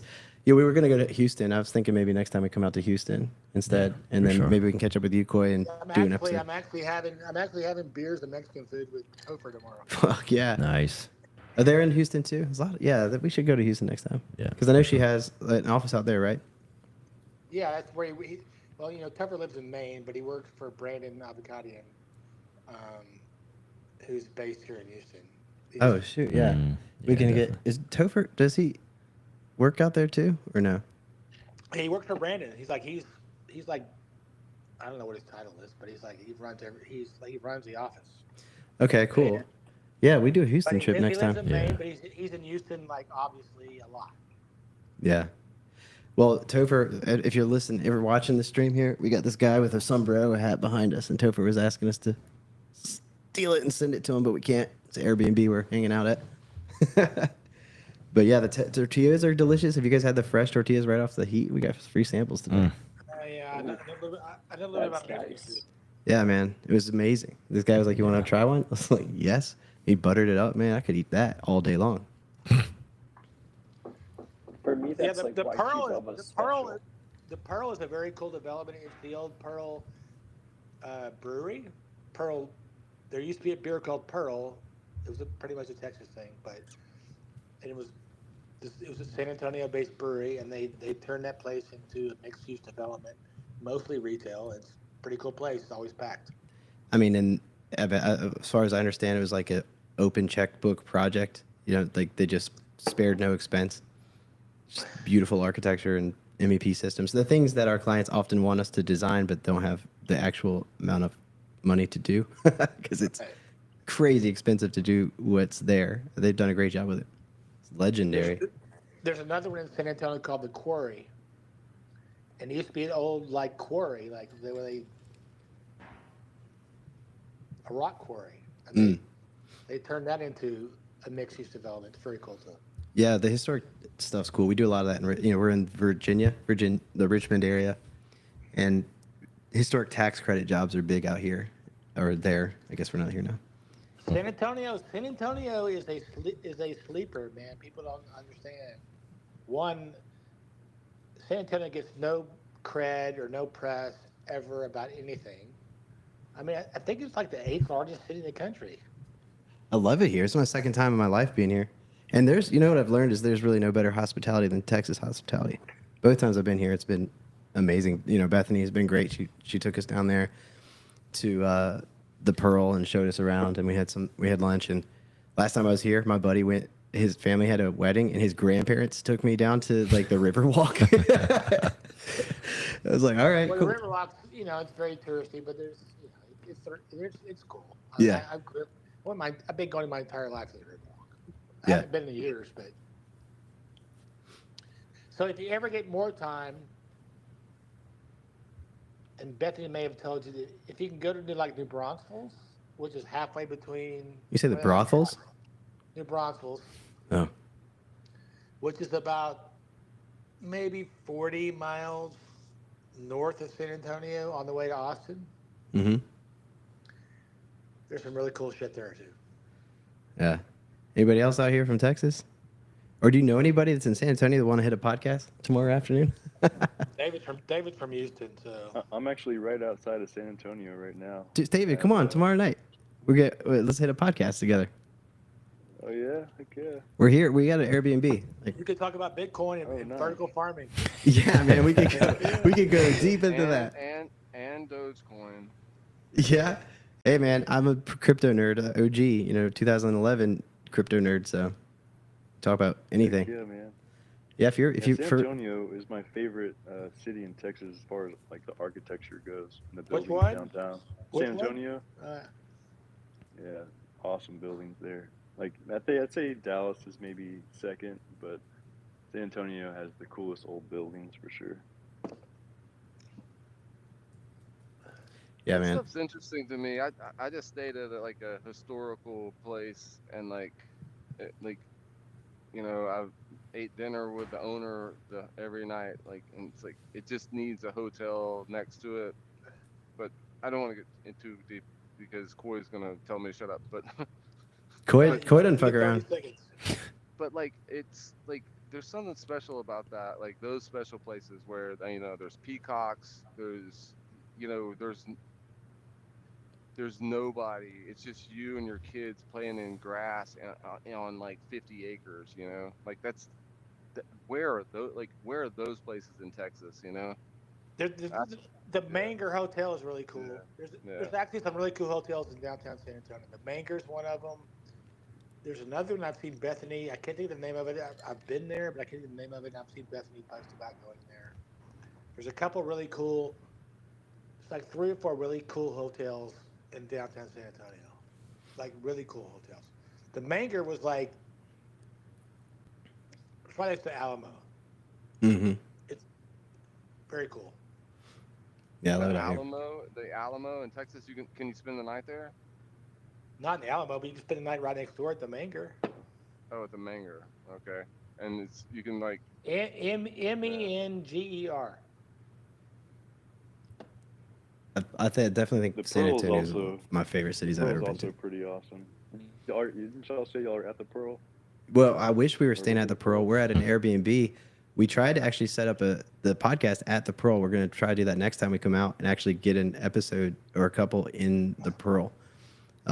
itself. I definitely recommend checking it out. It was redeveloped by Kit Goldsberry, and it's just an amazing marvel. Yeah, we were there today, What goes into walking that through it. place. You know, we were gonna book the hotel room there, and I kept going up to the next best one and next price, and it started getting to be like $2,000 and $3,000 a night. I'm like, Carter, I'm not about to spend 10,000, but I might to stay here. But just downstairs where all of that cool old machinery is and all that old engineering equipment, just awesome, and they've really done a great job with integrating the architecture. But we're trying to set up in that library. You know, when you walk in, I guess there's like a library for the guests. We're hoping next time we come down, we maybe set up there. It'd be awesome. I want to give a round of applause to Kevin for his hosting. He's changing the name of the room like every 10 minutes based on what we're talking I know. about. I noticed that too, Kevin. Hey, how did that clap? Hey, you know, I can do the same. I think I have sound Appreciate effects. you guys. You guys are the best. No, you're the best. Hey, I just stepped back in here and was catching the historical stuff, so I don't know if I'm a little out of line, but a couple of things here in this region of the central or south All right, central. first of all, Gary, we've instituted a new like 2-minute rule. That's all you get. I'm sorry. But I'm just warning you. I know how I'm guilty too. Yeah, get off my lawn, Granddad. I got you. I stepped into the Kenny's commentary on marble, and there's a couple things that I find interesting, and I'm not sure why. Cool. So in south central Colorado is the town of Marble, Colorado, and that's where all the marble was mined for the Washington Monument and several other things. So we have a huge marble resource of the highest quality in Colorado. The other thing that we have, and this is on the building material side of things. No, it's not been 2 minutes. Zip it. I'm just kidding. Sorry, bro. The other thing is all the granite that we have. I mean, California, right? Rocky Mountains, granite everywhere. Why do we not mine granite here for countertops and what have you? Why does it all got to come out of Turkey? Why does it all have to come out of Italy? Like, those are things that I've pondered over the years for building materials. If you're just tuning in, we're just riffing with these guys and some of this commercial real estate legends of Twitter. So you can either call in with us and join the conversation with them, and we could bring you on camera with us, or you could join their spaces. This has been a lot of fun. So Place. It's right next to Crystal, and then we can get into the woo-woo on the Crystal side of things, but my 2 minutes is up.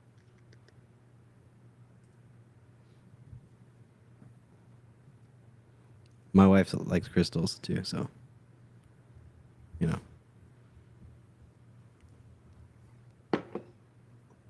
Okay, Coy. Maybe we should let him like talk for at least like 3 minutes. No. 5 minutes. Coy, I love No when mercy. somebody's trolling the room. Coy just doesn't bullshit. I'm not trolling. No, I'm not saying you are. I've seen a couple others that are like genuine all out trolls, and then Coy will just like, dude, just shut the fuck up. Well, I'll just drop this here. You're going to miss me when I'm gone. No. Come on back. No, I love G No, Move, man. G-Move. A legend. Put it, G Move, I watched half that documentary, by the We way. all love put you, it G. in the chat so we can remember it, dude. You know, we can't remember the stuff. I'm just Come on. all about giving everybody a chance to talk. We appreciate you. Yeah. And that's why we got to reset the room. We're talking about real estate on a Wednesday. Real estate, interesting deals. What's the craziest thing y'all have seen out there in the past year? Man, no. Let me just say this. Let's do it this way. What's the craziest thing you've ever seen in commercial real estate? Anything wild? We had a flood that did like a few $1 million in damage, and we had like the guy that like used to machine the parts as a kid come out and like inspect our units for pipes, like our like facets or whatever. I'm not a plumber, okay, or engineer or anything, and they were buying from like HD Supply, or I think that's the official one, right? HD Supply. That's people go through them, and they got what was like branded like OEM parts, and they were like all fakes, and it cost like millions of dollars in damage from floods that happened from the parts not meeting the specifications. That was the craziest thing I ever saw. Yeah, that was that polybutylene plumbing that was installed in multifamily for, what, a half a dozen years or a decade? Yeah, that gray stuff? Yeah. Yeah. and then flooded out. Well, I don't know how many, incalculable amounts of square feet and lawsuits and yeah. There's the electrical equivalent. What's that called? That brand, Carter? Federal Pacific. Yeah. Federal Pacific. If you guys are ever looking at a deal and it has electrical equipment with the brand Federal Pacific on it, just go ahead and add, 100 grand to upgrade the service or whatever. It's that stuff is similar to that piping. It's been known to cause fires and fail and not be good electrical equipment. So don't buy buildings with Federal Pacific, or if you're about to, make sure you negotiate that they deal with that before you buy. The craziest, Yeah, or the run, craziest thing I've because ever the city will go make you ahead. upgrade it. Yep. The craziest thing I've ever seen in commercial real estate was like this strategic move that like my grandfather and his brother did, and they basically sold half of a hotel, okay? Half a hotel, like literally right down the middle, half a hotel to a person, and the my grandfather's brother did, and then and my grandpa was like, "You gonna thank me for that later," and so basically we were just like, you know, the lease came up, so he sold half of it and he leased the other half. This is some crazy shit, and so we're like, you know, you know, we just had them, and I don't think that's really ethical or something, but that's some old school shit that you might come across, and those are Was that good deals. recorded with the county? Yeah, Or was that a handshake deal? no, yeah, it was sold. Like he sold half of a hotel, and the other half, the guy wanted to keep it, so he leased it, and then the lease expired, and we were like, "What you want to do, buddy?" That's a And half he's filled like, McCoy hotel. "Yeah, brother. Like, I mean, that's the craziest thing I've ever seen. But I'm sure you guys seen worse than that. But pretty wild." Any other crazy stories out Yeah, there? the Uh, craziest one I'm familiar with was Park City, Utah ski resort with its BLM lease or United States Forest Service lease for however many years and had to be renewed. And this happened about a decade ago. And Robert Katz was the former CEO of Vail Resorts and is now just taken back over the helm in the past few weeks and is a savage. This guy's is savage. That's why Vail Resorts is now the evil empire because of him. But the lease was expiring, and whoever was responsible at a upper level, but not the most senior person in the organization, delayed, and they Try to whatever day it do expired the at same where you can midnight, update the. and it didn't get re-upped. And Mm. Robert Katz and Vail Resorts came in, already had it signed, sealed, and delivered. So when the clock struck If you're midnight, listening in, we're chilling with the the resort changed Twitter folks hands, and it was the on biggest a live spaces while we firestorm stream live. in the ski So industry, either hop perhaps in on that ever, and that was space about a or decade ago. hop in with us. There's a link on Twitter, By letting a and lease you can with the be United a States guest Forest with Service us and just talk to expire, the guys. and someone in waiting, like 5D chess. hey, Yeah, Kevin. it's. Oh, sorry, Corey. Yeah, Kevin. Yes. While we're still on hotels, you went to you did grad school at UT. What's your favorite Austin hotel? I think more importantly, I in the top 10% of reviewers for bars, restaurants, cafes, a couple other categories, and I have one hotel, and it's called Hotel Ella, right on Martin Luther King Boulevard, and it's a little old I think style one of my former home. clients might actually own that. If you want Oh, really?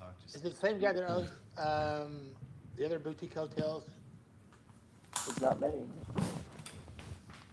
I'm a big Driscoll guy. Oh, yeah. I definitely started my evening with a bowl of popcorn at the Driscoll, listening to the piano Right. All right. So we're moving on, and because I have a time limit. Um, who else is a speaker? David, do you have anything to add? You want to add something? Or we'll go back to Kenny and Carter. I'm good. I'm listening.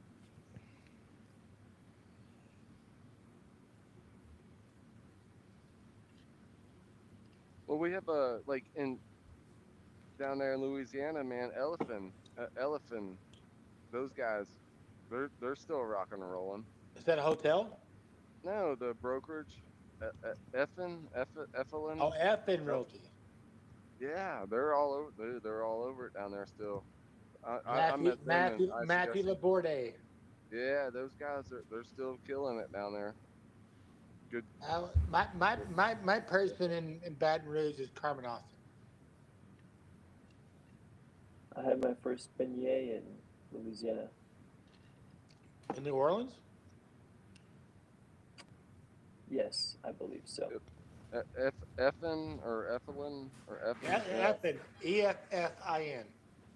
yeah, they're still on it, dude. They're all over it. They ain't going nowhere.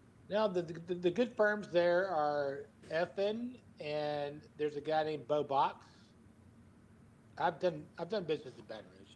There's a guy named Bo Box, and there's NAI Latter Day Bloom, I think they're called, like that. But there's no really there's no CBRE or Colliers or JLL or Cushman and Wakefield in Baton Rouge. Yeah, it's wild down there. I mean, nobody wears a shirt. It's hotter than balls. Just people They like wear you know, what? What did you say? Um, nobody yeah. wears a shirt. It's The just what? hotter than hell. Oh yeah, it is And hotter than and hell. they're just their mailboxes are right on the highway. It's just Everything, it's everything, is, awesome. everything is hotter than hell all over the country right now. Is that how It's it is pretty in cold Texas here in though? Southern California. They Is it cold in you? Texas? Is everybody just like running around with no shirt on, getting their mail from their I mailbox? mean, I just wear like I don't even wear suits anymore. Like nobody wears suits anymore. Like it's got to be a big pitch for me to wear a suit. A big pitch. I love that. Conferences, that's it. I mean, Conferences. everybody wears That's athletic. hardcore. Everybody wears like an athleisure, whatever you fucking call them, Yep. and those shoes that Brian hates, and a blazer. That's I was gonna say, be careful. J over a Pappy's golf shirt here. or button down. You've got a suit guy in the room. He'll come back at you. Oh, I'm not a suit guy. I half the time I look like I'm go playing golf. I wear a polo and pants and shoes. I mean, But you, if I'm pitching Exxon tomorrow, I'm gonna have a suit on. what type of suit? Yeah. Indochino? Have my suits made, but like I'm not sure they fit anymore. Yeah, the one that's the color of the day, right? You look in your closet, like, I'm feeling navy. I'm feeling Look, charcoal. I have probably 20 custom made suits in my closet, and I literally That's have a not lot. had one on in probably 4 years. 4 years, Yeah. Here, and you here. still hold on to them? Well, what am I gonna do with They're them? nice. I don't know. Make something. Mm. I don't know. People don't go into the office It's anymore. wild. I mean, like so. I mean, like you wouldn't show up to my office without a suit for the longest time, Monday to Thursday. And now, like, if you walk into my office, nobody has a suit on, ever. Well, I have a curious little twist when Jonathan said, the polo shirts, and I think you would align or can speak on it, Coy. Being between universities, right? You went to UT, all right, and then you got Houston, and I'm not certain what's happening out there, San Antonio, and your triangulation of universities. But there's a geographical border, between the two, and an allegiance. And why I bring this up is because I live in between University of Colorado and Colorado State. Now, it's not the mega schools, but that's my region. And there's a dividing line. And I have both CSU Rams and CU Buffs polo shirts. And I don't have a huge allegiance to either. I'm just glad to be in between a season. But I think about where I'm heading that day if I'm going to choose a branded polo. Does that ever apply, or you know your boundaries in your region? I just wear my collar shirt, so everybody knows what I work for. Yeah, yeah, okay, of course. So, Kevin, I think we moved on from highest and best use. What's our next topic? Apparel, corporate apparel. No, but Corporate we come up with schlock. something else. No, I think what a lot of people are struggling with right now are insurance premiums. But we could always keep it Mine more went down. positive than insurance premiums. Mine went down. Oh, For my house. By a good percentage, or how much? Very minor, but it went down. Yeah, mine went up by like $100. I'm That curious seems minor.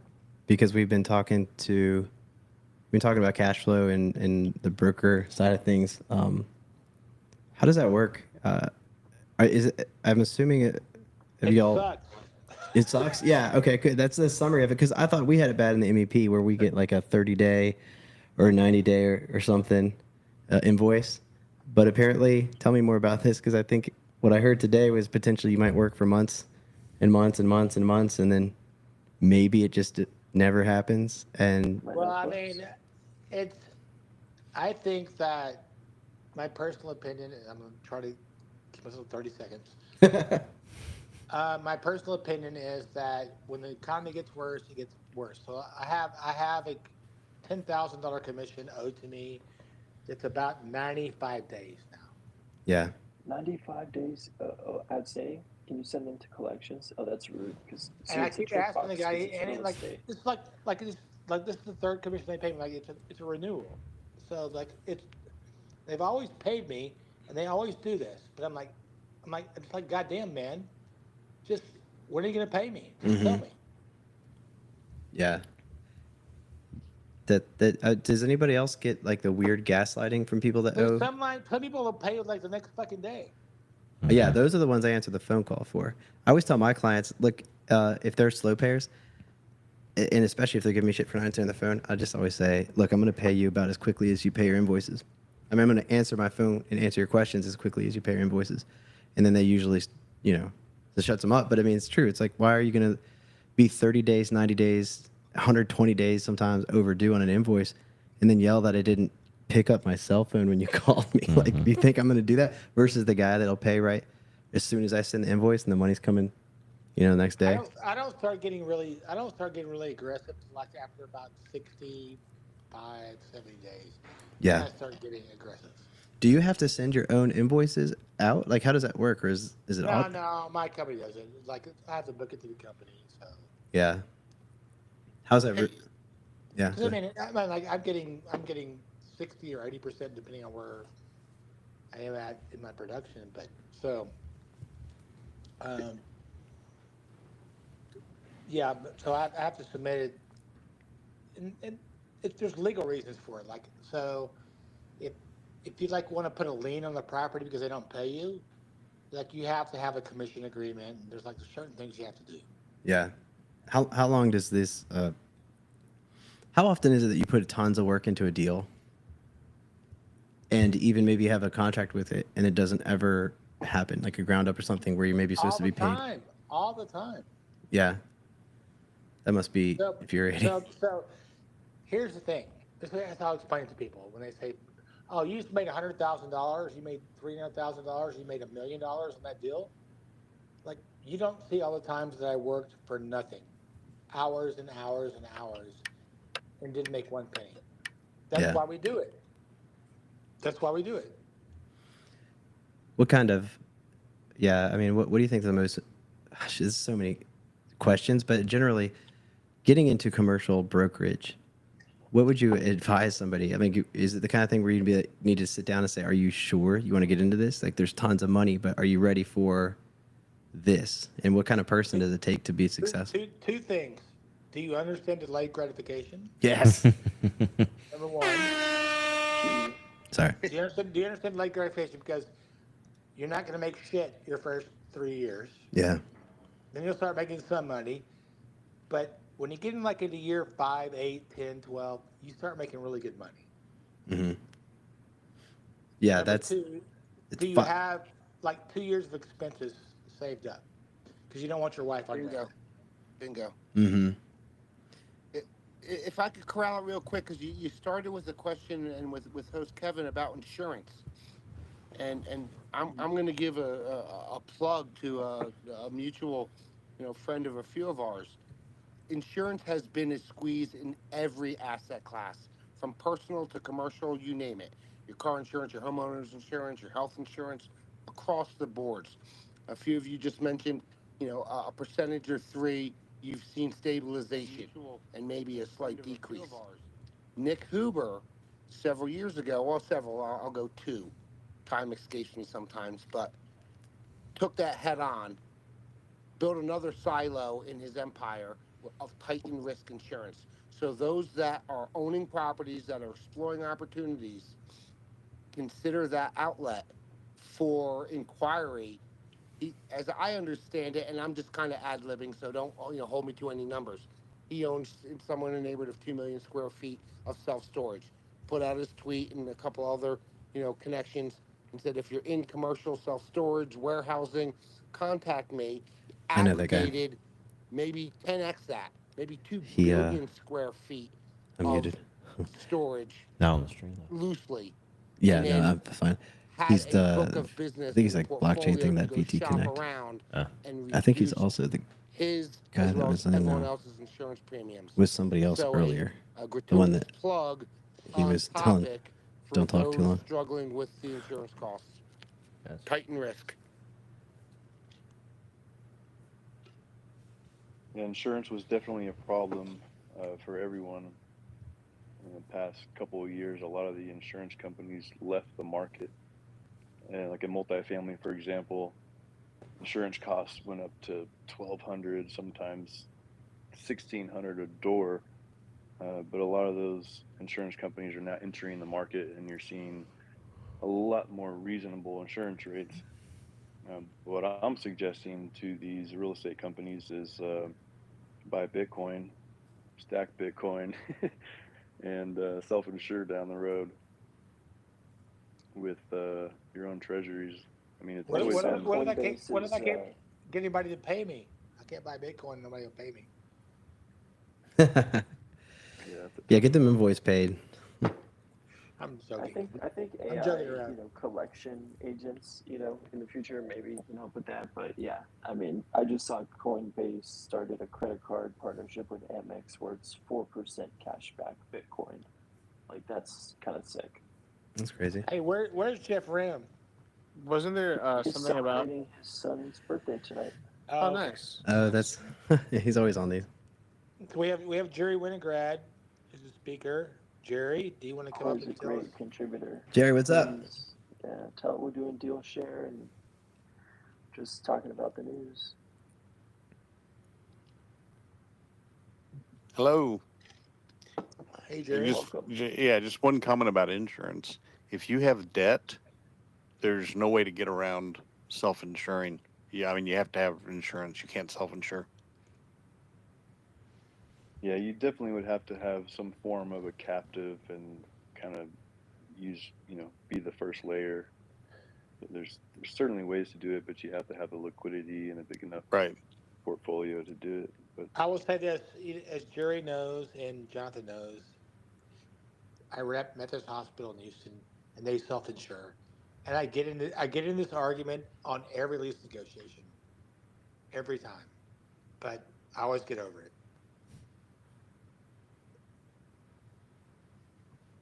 Just a Yeah, cost of doing business, and the operators that keep adapting and meet the demands of the margins and continue to have a smart capital stack will continue to prevail.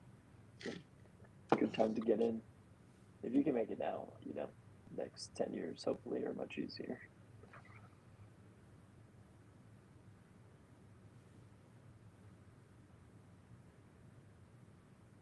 Jerry, are you back from the Bahamas? no, I'm Bahamas. in the Bahamas. You're Still you're there. Man, such a we baller. should be You're out such a there baller. podcasting. You are This is such a this baller. Power this of is Starlink. this is Starlink. Are you Nice. driving for dollars? That's pretty hardcore. Yeah. Is that a throwback to bigger pockets? Jerry, It sure we still have is. to have that coffee, man. We still have to have that coffee. I'll be back next Tuesday. All right. Did Next you week. hook any more sailfish? We for a couple days we caught two each, and it's been real quiet since then. But we're going somewhere Friday, where we'll find. We know where they are. Nice. Oh, you know where they Can you are. define somewhere Great. a little more specifically? Because no one's coming to poach you on this room. Well, we're going over What to are you exploring? we're going over to another island called Crooked, and there's some real good activity over there. Nice. Do you have a chef too? What? Do you have a chef? No.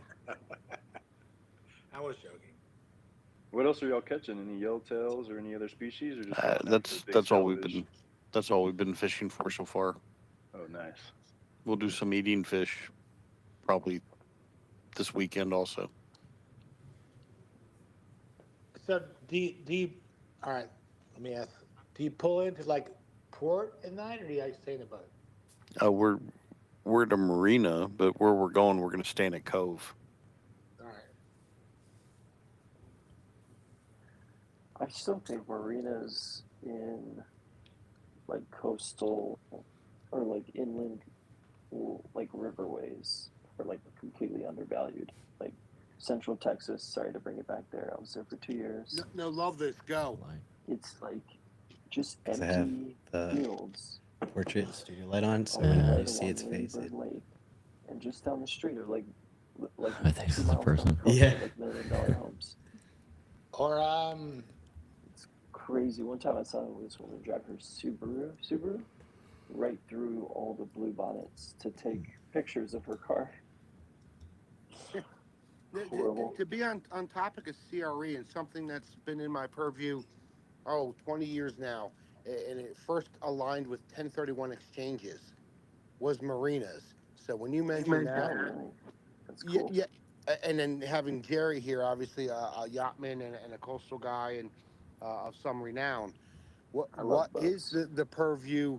I don't want to say globally, but on the U.S. coast and the Gulf of America, maybe that's an undiscovered or underexplored opportunity amongst our CRE space bros and bras. we Yeah, chatted at the a few years ago, I Fiera. met a couple in the Who's Bahamas, a young couple, Jonathan? and they were accumulating marinas, mainly in Texas. Some in Austin, some on the coast. And I thought it was brilliant.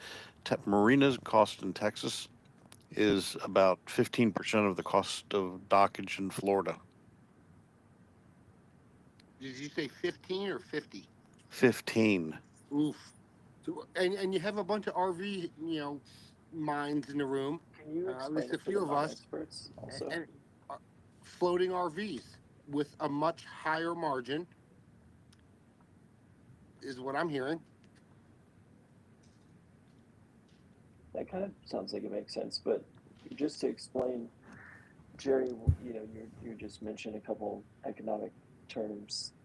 Would you be open to just doing like a quick breakdown of it? Just for I love boats, but I didn't quite get what you had said.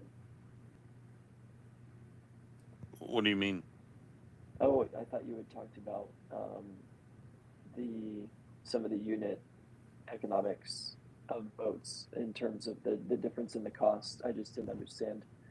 Yeah, In just what terms they of just what they space charge available. per foot per month. There's Oh, a okay. huge variation between Florida and Texas. Oh, like boat Interesting. slips. Yes. Yeah, boat slips you can get for $250 to $350 here in Texas, right? What are they down there? Well, I'm talking in the water for bigger boats. Oh yeah, in the water.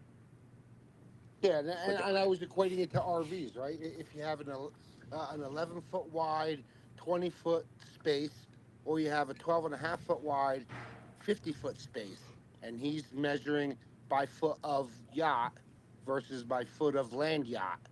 Very And expensive down here. no, I think it's an amazing exploration. Like I said, it's been in my purview for decades, and I'm a guy talking from the Rocky Mountains, so you know it's of interest when I'm nowhere near a coast. I heard Four Seasons was going to do kind of some coastal homes or some residences in Austin next to the Pennybacker Bridge. Kind of looking forward to that project to come to completion.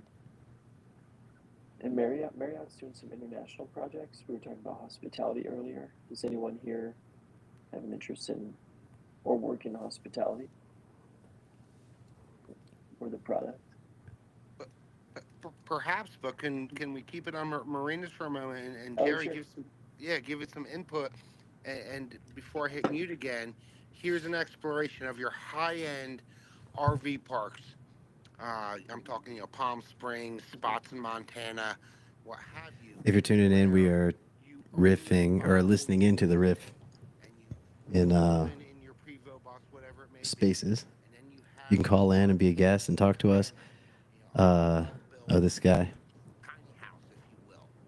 he goes hard when he starts talking. I don't think that exists, and this is my mind's eye. Yeah, so we're just listening to Twitter right now. If you're on Twitter, go ahead and log in. Check out the Spaces. Any of these folks, we've met a lot of them at the CRAI summit, and they're talking real estate deals. And so we are the engineers that just crash and like listen to them and talk. And so we figured out a way to live stream while we're talking to them. So there's a link in Twitter if you want to hop in. I mean, anybody can hop in with us, and we can bring you on camera. We can talk to these guys. But yeah, we're muted now, so they don't hear us. But we're part of this conversation with them. I should have been in advertising. Like I've Kevin, got you know headlines all what? day. God dang, I want to hire you. I've been trying to pitch you for a while. We sometimes we come on here for anyone who hasn't been here. We compare marketing analytics, and we've been talking about marketing and Coy is awesome. website development. I love how he doesn't fucking run. Were you on And that we're one? just. He was. I can't afford you though. That guy was I can't afford really you. trolling I think hardcore. it- I He's think like, dude, what the it's fuck are you doing? I don't remember. That was a while ago. You know I'm moving Oops, on. sorry I'm to my moving on Facebook friend. I said the F word. Really? I went ahead and put it out there. Yeah, I'm Tell going to him. a residential PE shop. Good luck with that. Yep, it's gonna be really You're too interesting. smart. You're too smart. You need to be doing. You're gonna do big things. I just need I to. second that emotion. I just hate working by myself. I like working with others, so I Yeah, need to make the you right know what? friends.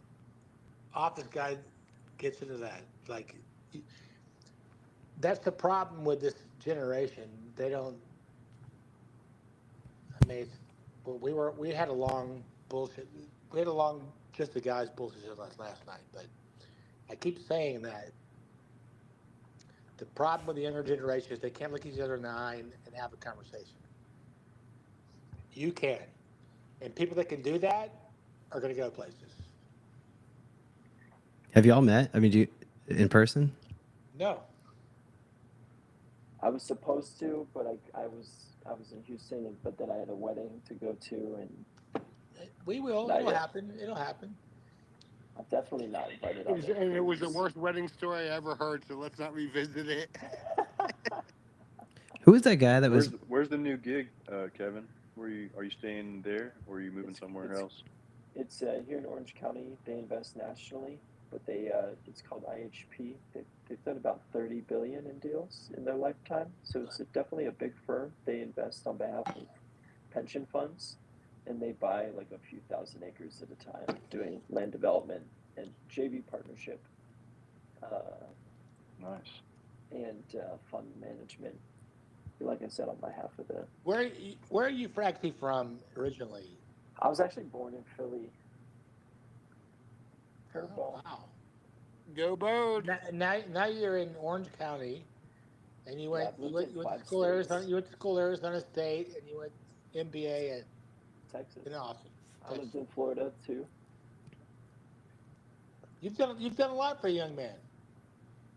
Where you at Appreciate now? that. I'm in Orange County. So you saw the Astros whoop up on Philly tonight, didn't you? You know what? I Nobody that watches that even the Astros are done now. I feel like the Astros didn't quite bring me in. I'm a Los Angeles Angels fan. Okay, I don't I'm building roots out here. I'm committing myself to the There's Los Dark Angeles Kevin Angels. raising his head. He's like, I'm not a Dodgers fan. I'm an Angels fan. I'm a Los Angeles Angels fan. I'm committed. I'm sure So we'll yeah, make the playoffs.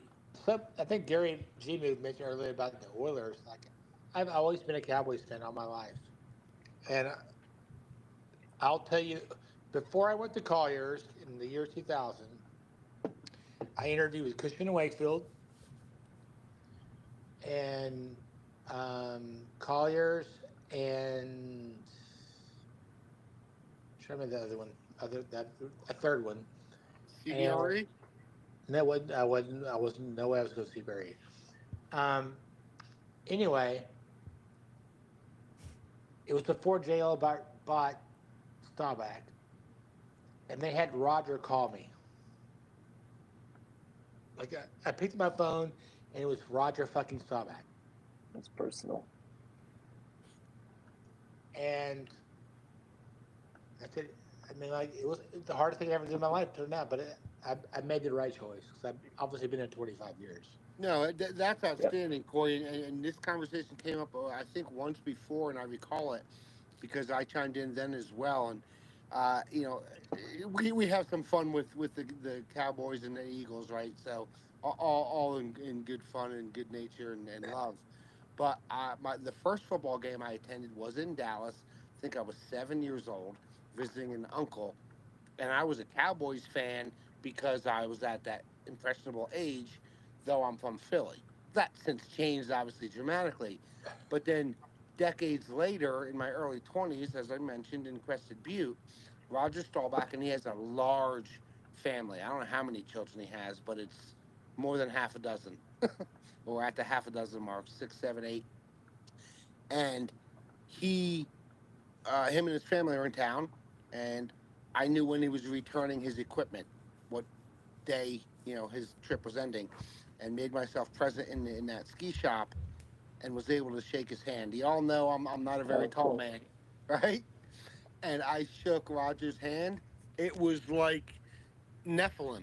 It was like putting a finger into a regular gentleman's hand. I shook his hand, and it engulfed like my forearm. Impressive.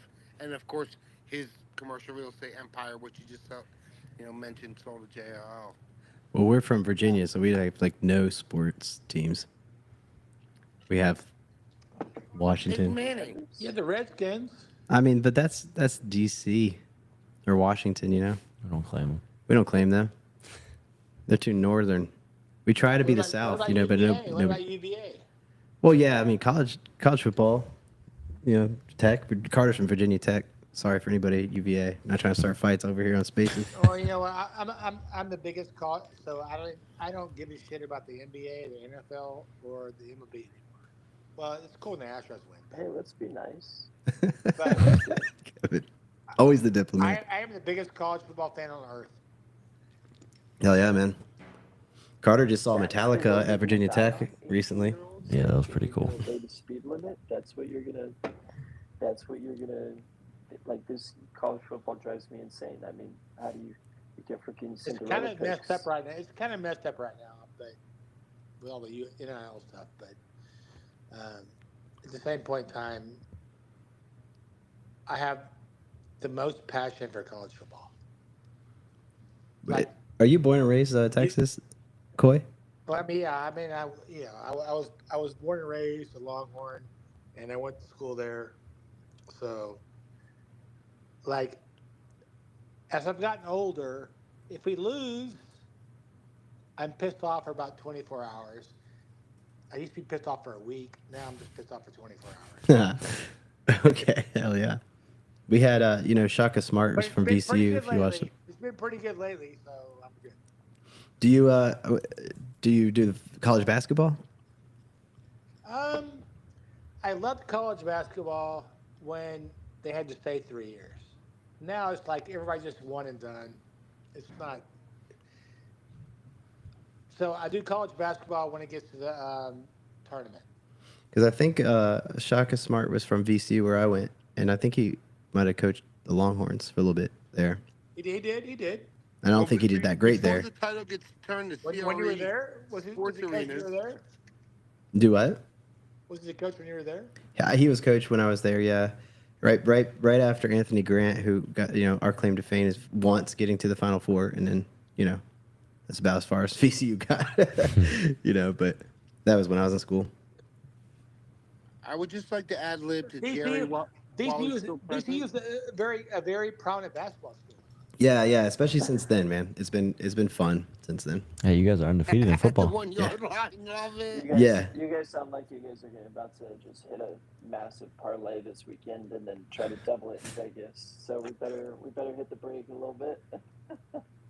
So to bring it back to Jerry real quick, while we still have him on Starlink, I'm sitting here on Google Earth, looking at Crooked Island, and the topography underwater looks amazing. Never been. I've been in Nassau. I've been in Puerto Rico. I haven't been all around the chain like you, but I think you found your spot from a Google Earth view. Yeah, I mean it's really an incredible place, and there's a lighthouse called Bird's Nest Lighthouse right there at the point. It's really pretty incredible from the 1800s. I'm gonna start thinking of the Jerry. It's like going on one of these trips. Jerry, are you there for pleasure? Or do you do business out there too? You real estate out there?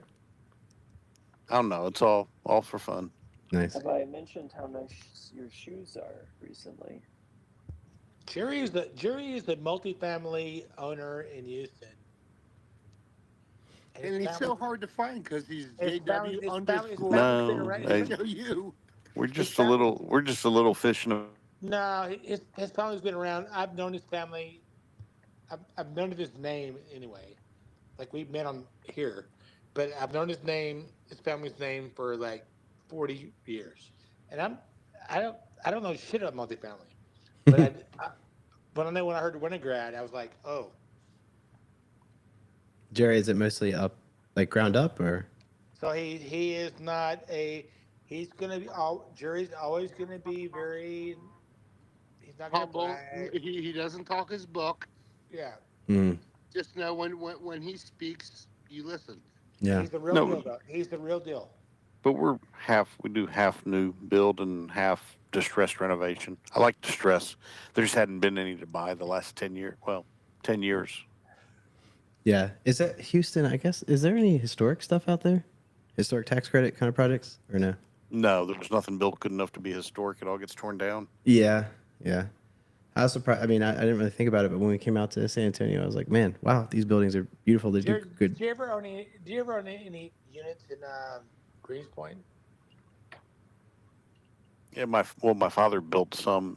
He did a lot of deals with Friendswood. So when they went there, he built there. Right. And Crow Lake too. So he was obviously tied to Friendswood. Yes, he's in the 60s. He started doing deals with Friendswood, and really liked those guys. It was a good group. Did you ever know Fred Griffin? Who? Fred Griffin. Oh yeah, Fred Griffin Jubin back from the days. Yeah.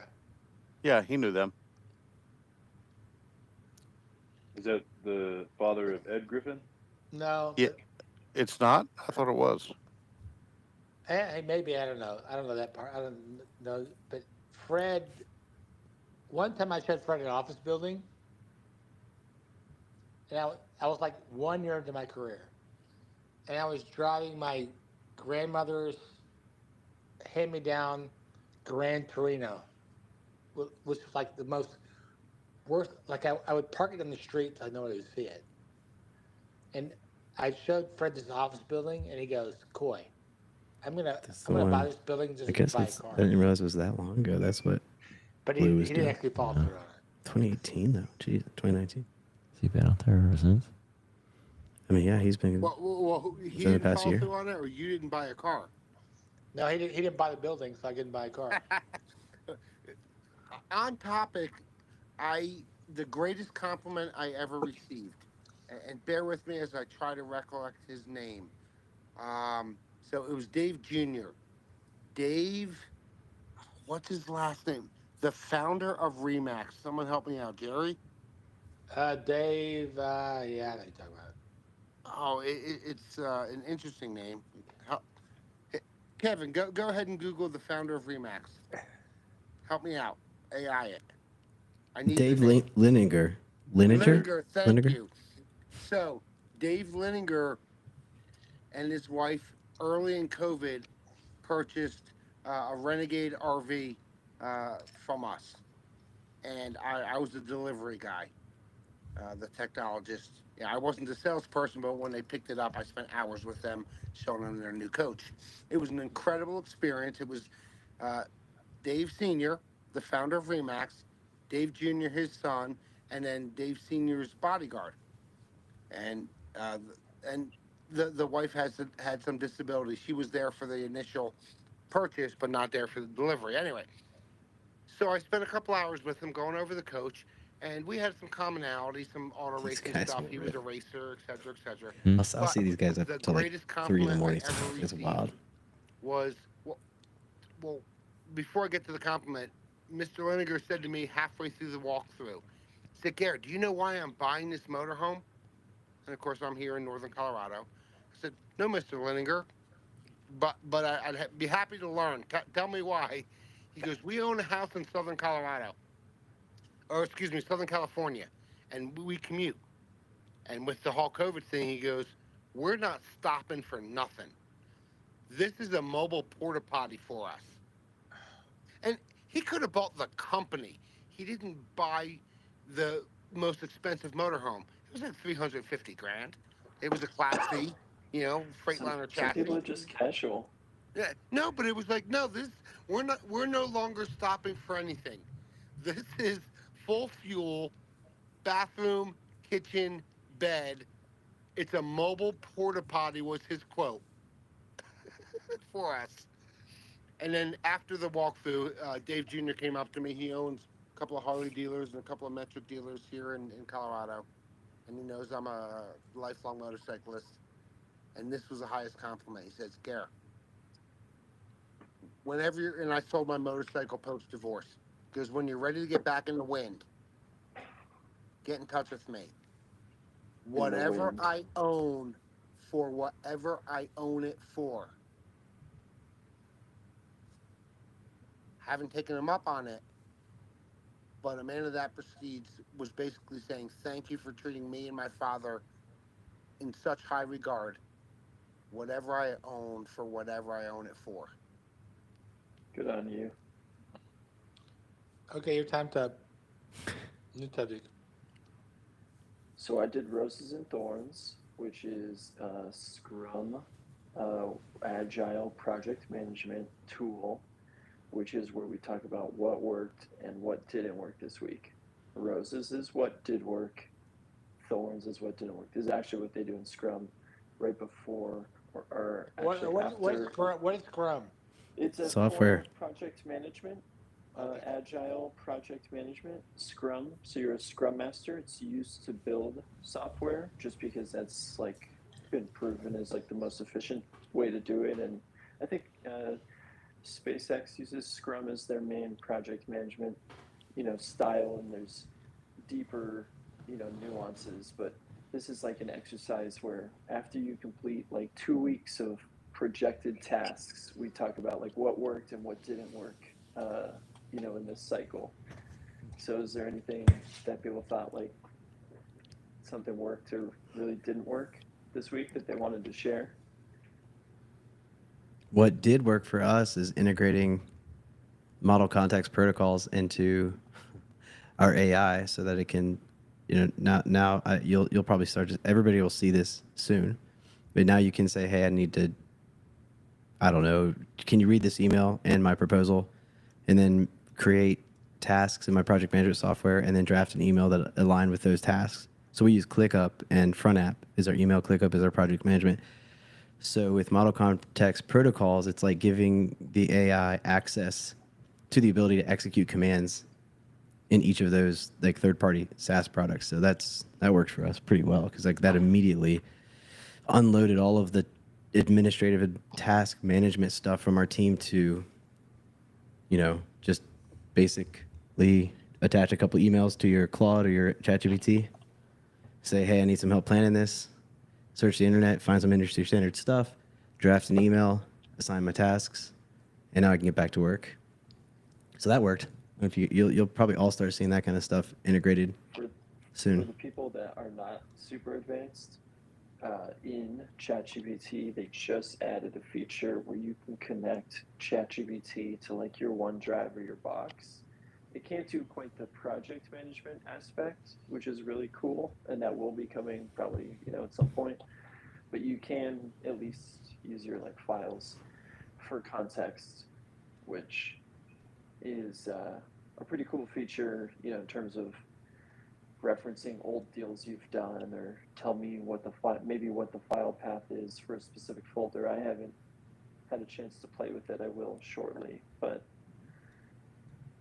The problem with that is, Kevin, is like old school guys like me.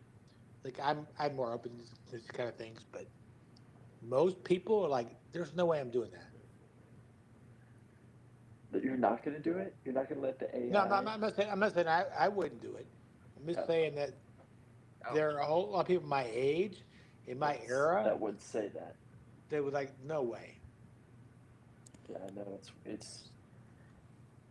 I will let you guys know, like, just the fact that you like have a cell phone and you have apps on a computer, like all of your information is being read by the operator. Sure. Like remember all the banter that we've had, like late night, me and Brian about going on a cruise. Whoops. Oh, you left.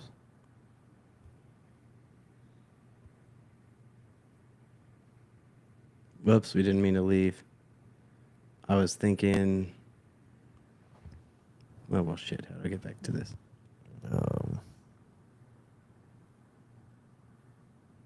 Whoops. I sent it to you. Whoops, we didn't mean to leave. I was thinking... To your DM. There you go. Oh, well, shit.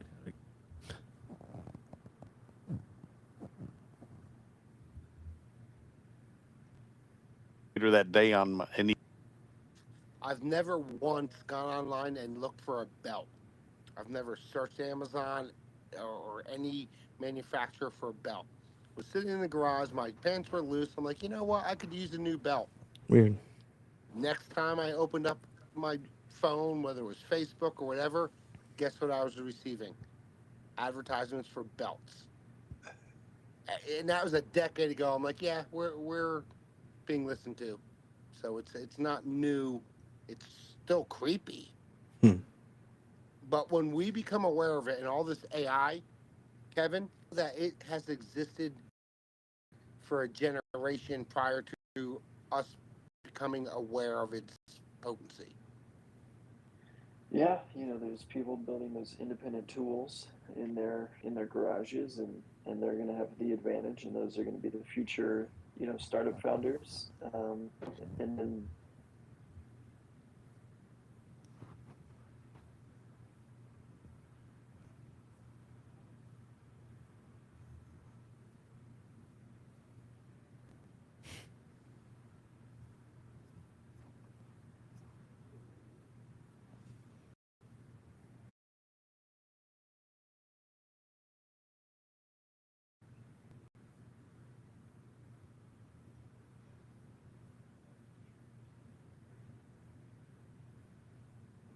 You can tell us what his tech stack is. Who's using ClickUp and say the other one. Yeah, can y'all hear me? Yep. The technical thing is called a model context protocol. Each SaaS product you'll start to see these things released, and what they allow you to do with anybody's provider model, like whether you're using Anthropic's or which is the Claude model or OpenAI's model. It allows you to connect access to your third-party SaaS, whether it's Dropbox or ClickUp, Slack, and have the AI execute commands on your behalf, like create tasks, assign tasks, draft emails, send emails. We won't get into it, but there's significant security concerns with something called prompt injection attacks. But these model context protocols allow each SaaS provider, they're building their own right now. The protocol is nothing more than a protocol, like the internet is a protocol, but each provider is writing their own servers so that people can deploy them locally. So you can kind of create your own agents. Now, I'm using them because we have a software team and we're a little bit more closer to that bleeding edge of what's happening, but I think everybody's going to start to see these just quickly within a few months, probably start to show up, like Evan, you were saying with. I'm so tired of like organizing folders every month on my computer. Yeah. I'm like tired of it. Yeah. Well, I mean, yeah. There's tons, like folders almost don't even matter anymore with the AI. As software engineers are calling it context engineering. So under the hood, how is the context about your question being gathered for you? Because the AI only has so much of a window of context it can hold. And so for now, yeah, the latest model is able to do, I think, almost all of Harry Potter from memory. Like it's like, hey, give me Harry Potter, and it can do like most of Harry Potter. Yeah, that's where it is right now. There's this thing called context poisoning, whereas because the context windows are getting so large, that it'll have your whole conversation, and if you've changed directions or course in your conversation, it might accidentally remember previous parts of it and give you bad results. So the large context window, it's kind of like garbage in, garbage out. And so under the hood, the software engineers are trying to figure out ways to make sure that context window is full of relevant context and get rid of your old conversation where you've changed course or direction. I was gonna say, for everyone in the chat, if you're running a prompt, it's always good to start with a brand new prompt window to avoid that. Yeah. That just is like at an elementary level, like with ChatGPT, it happens. If you try to like refine a question 20 times, it might just not get it. Yeah. Well, I think we have to get up early and do our thing, so we're gonna hop off, guys. Thanks for letting us crash. This is like live stream, so if you guys want to check it out later, but we're happy to. If anybody's in the San Antonio area, give us a shout, David. If you want to swing by, give me a DM. We got it all set up, so we'll see y'all. Thanks for coming by. Yeah, man. Thanks for having us. Good Thanks, to see y'all. everybody. Take care. Next time. Yep. Bye.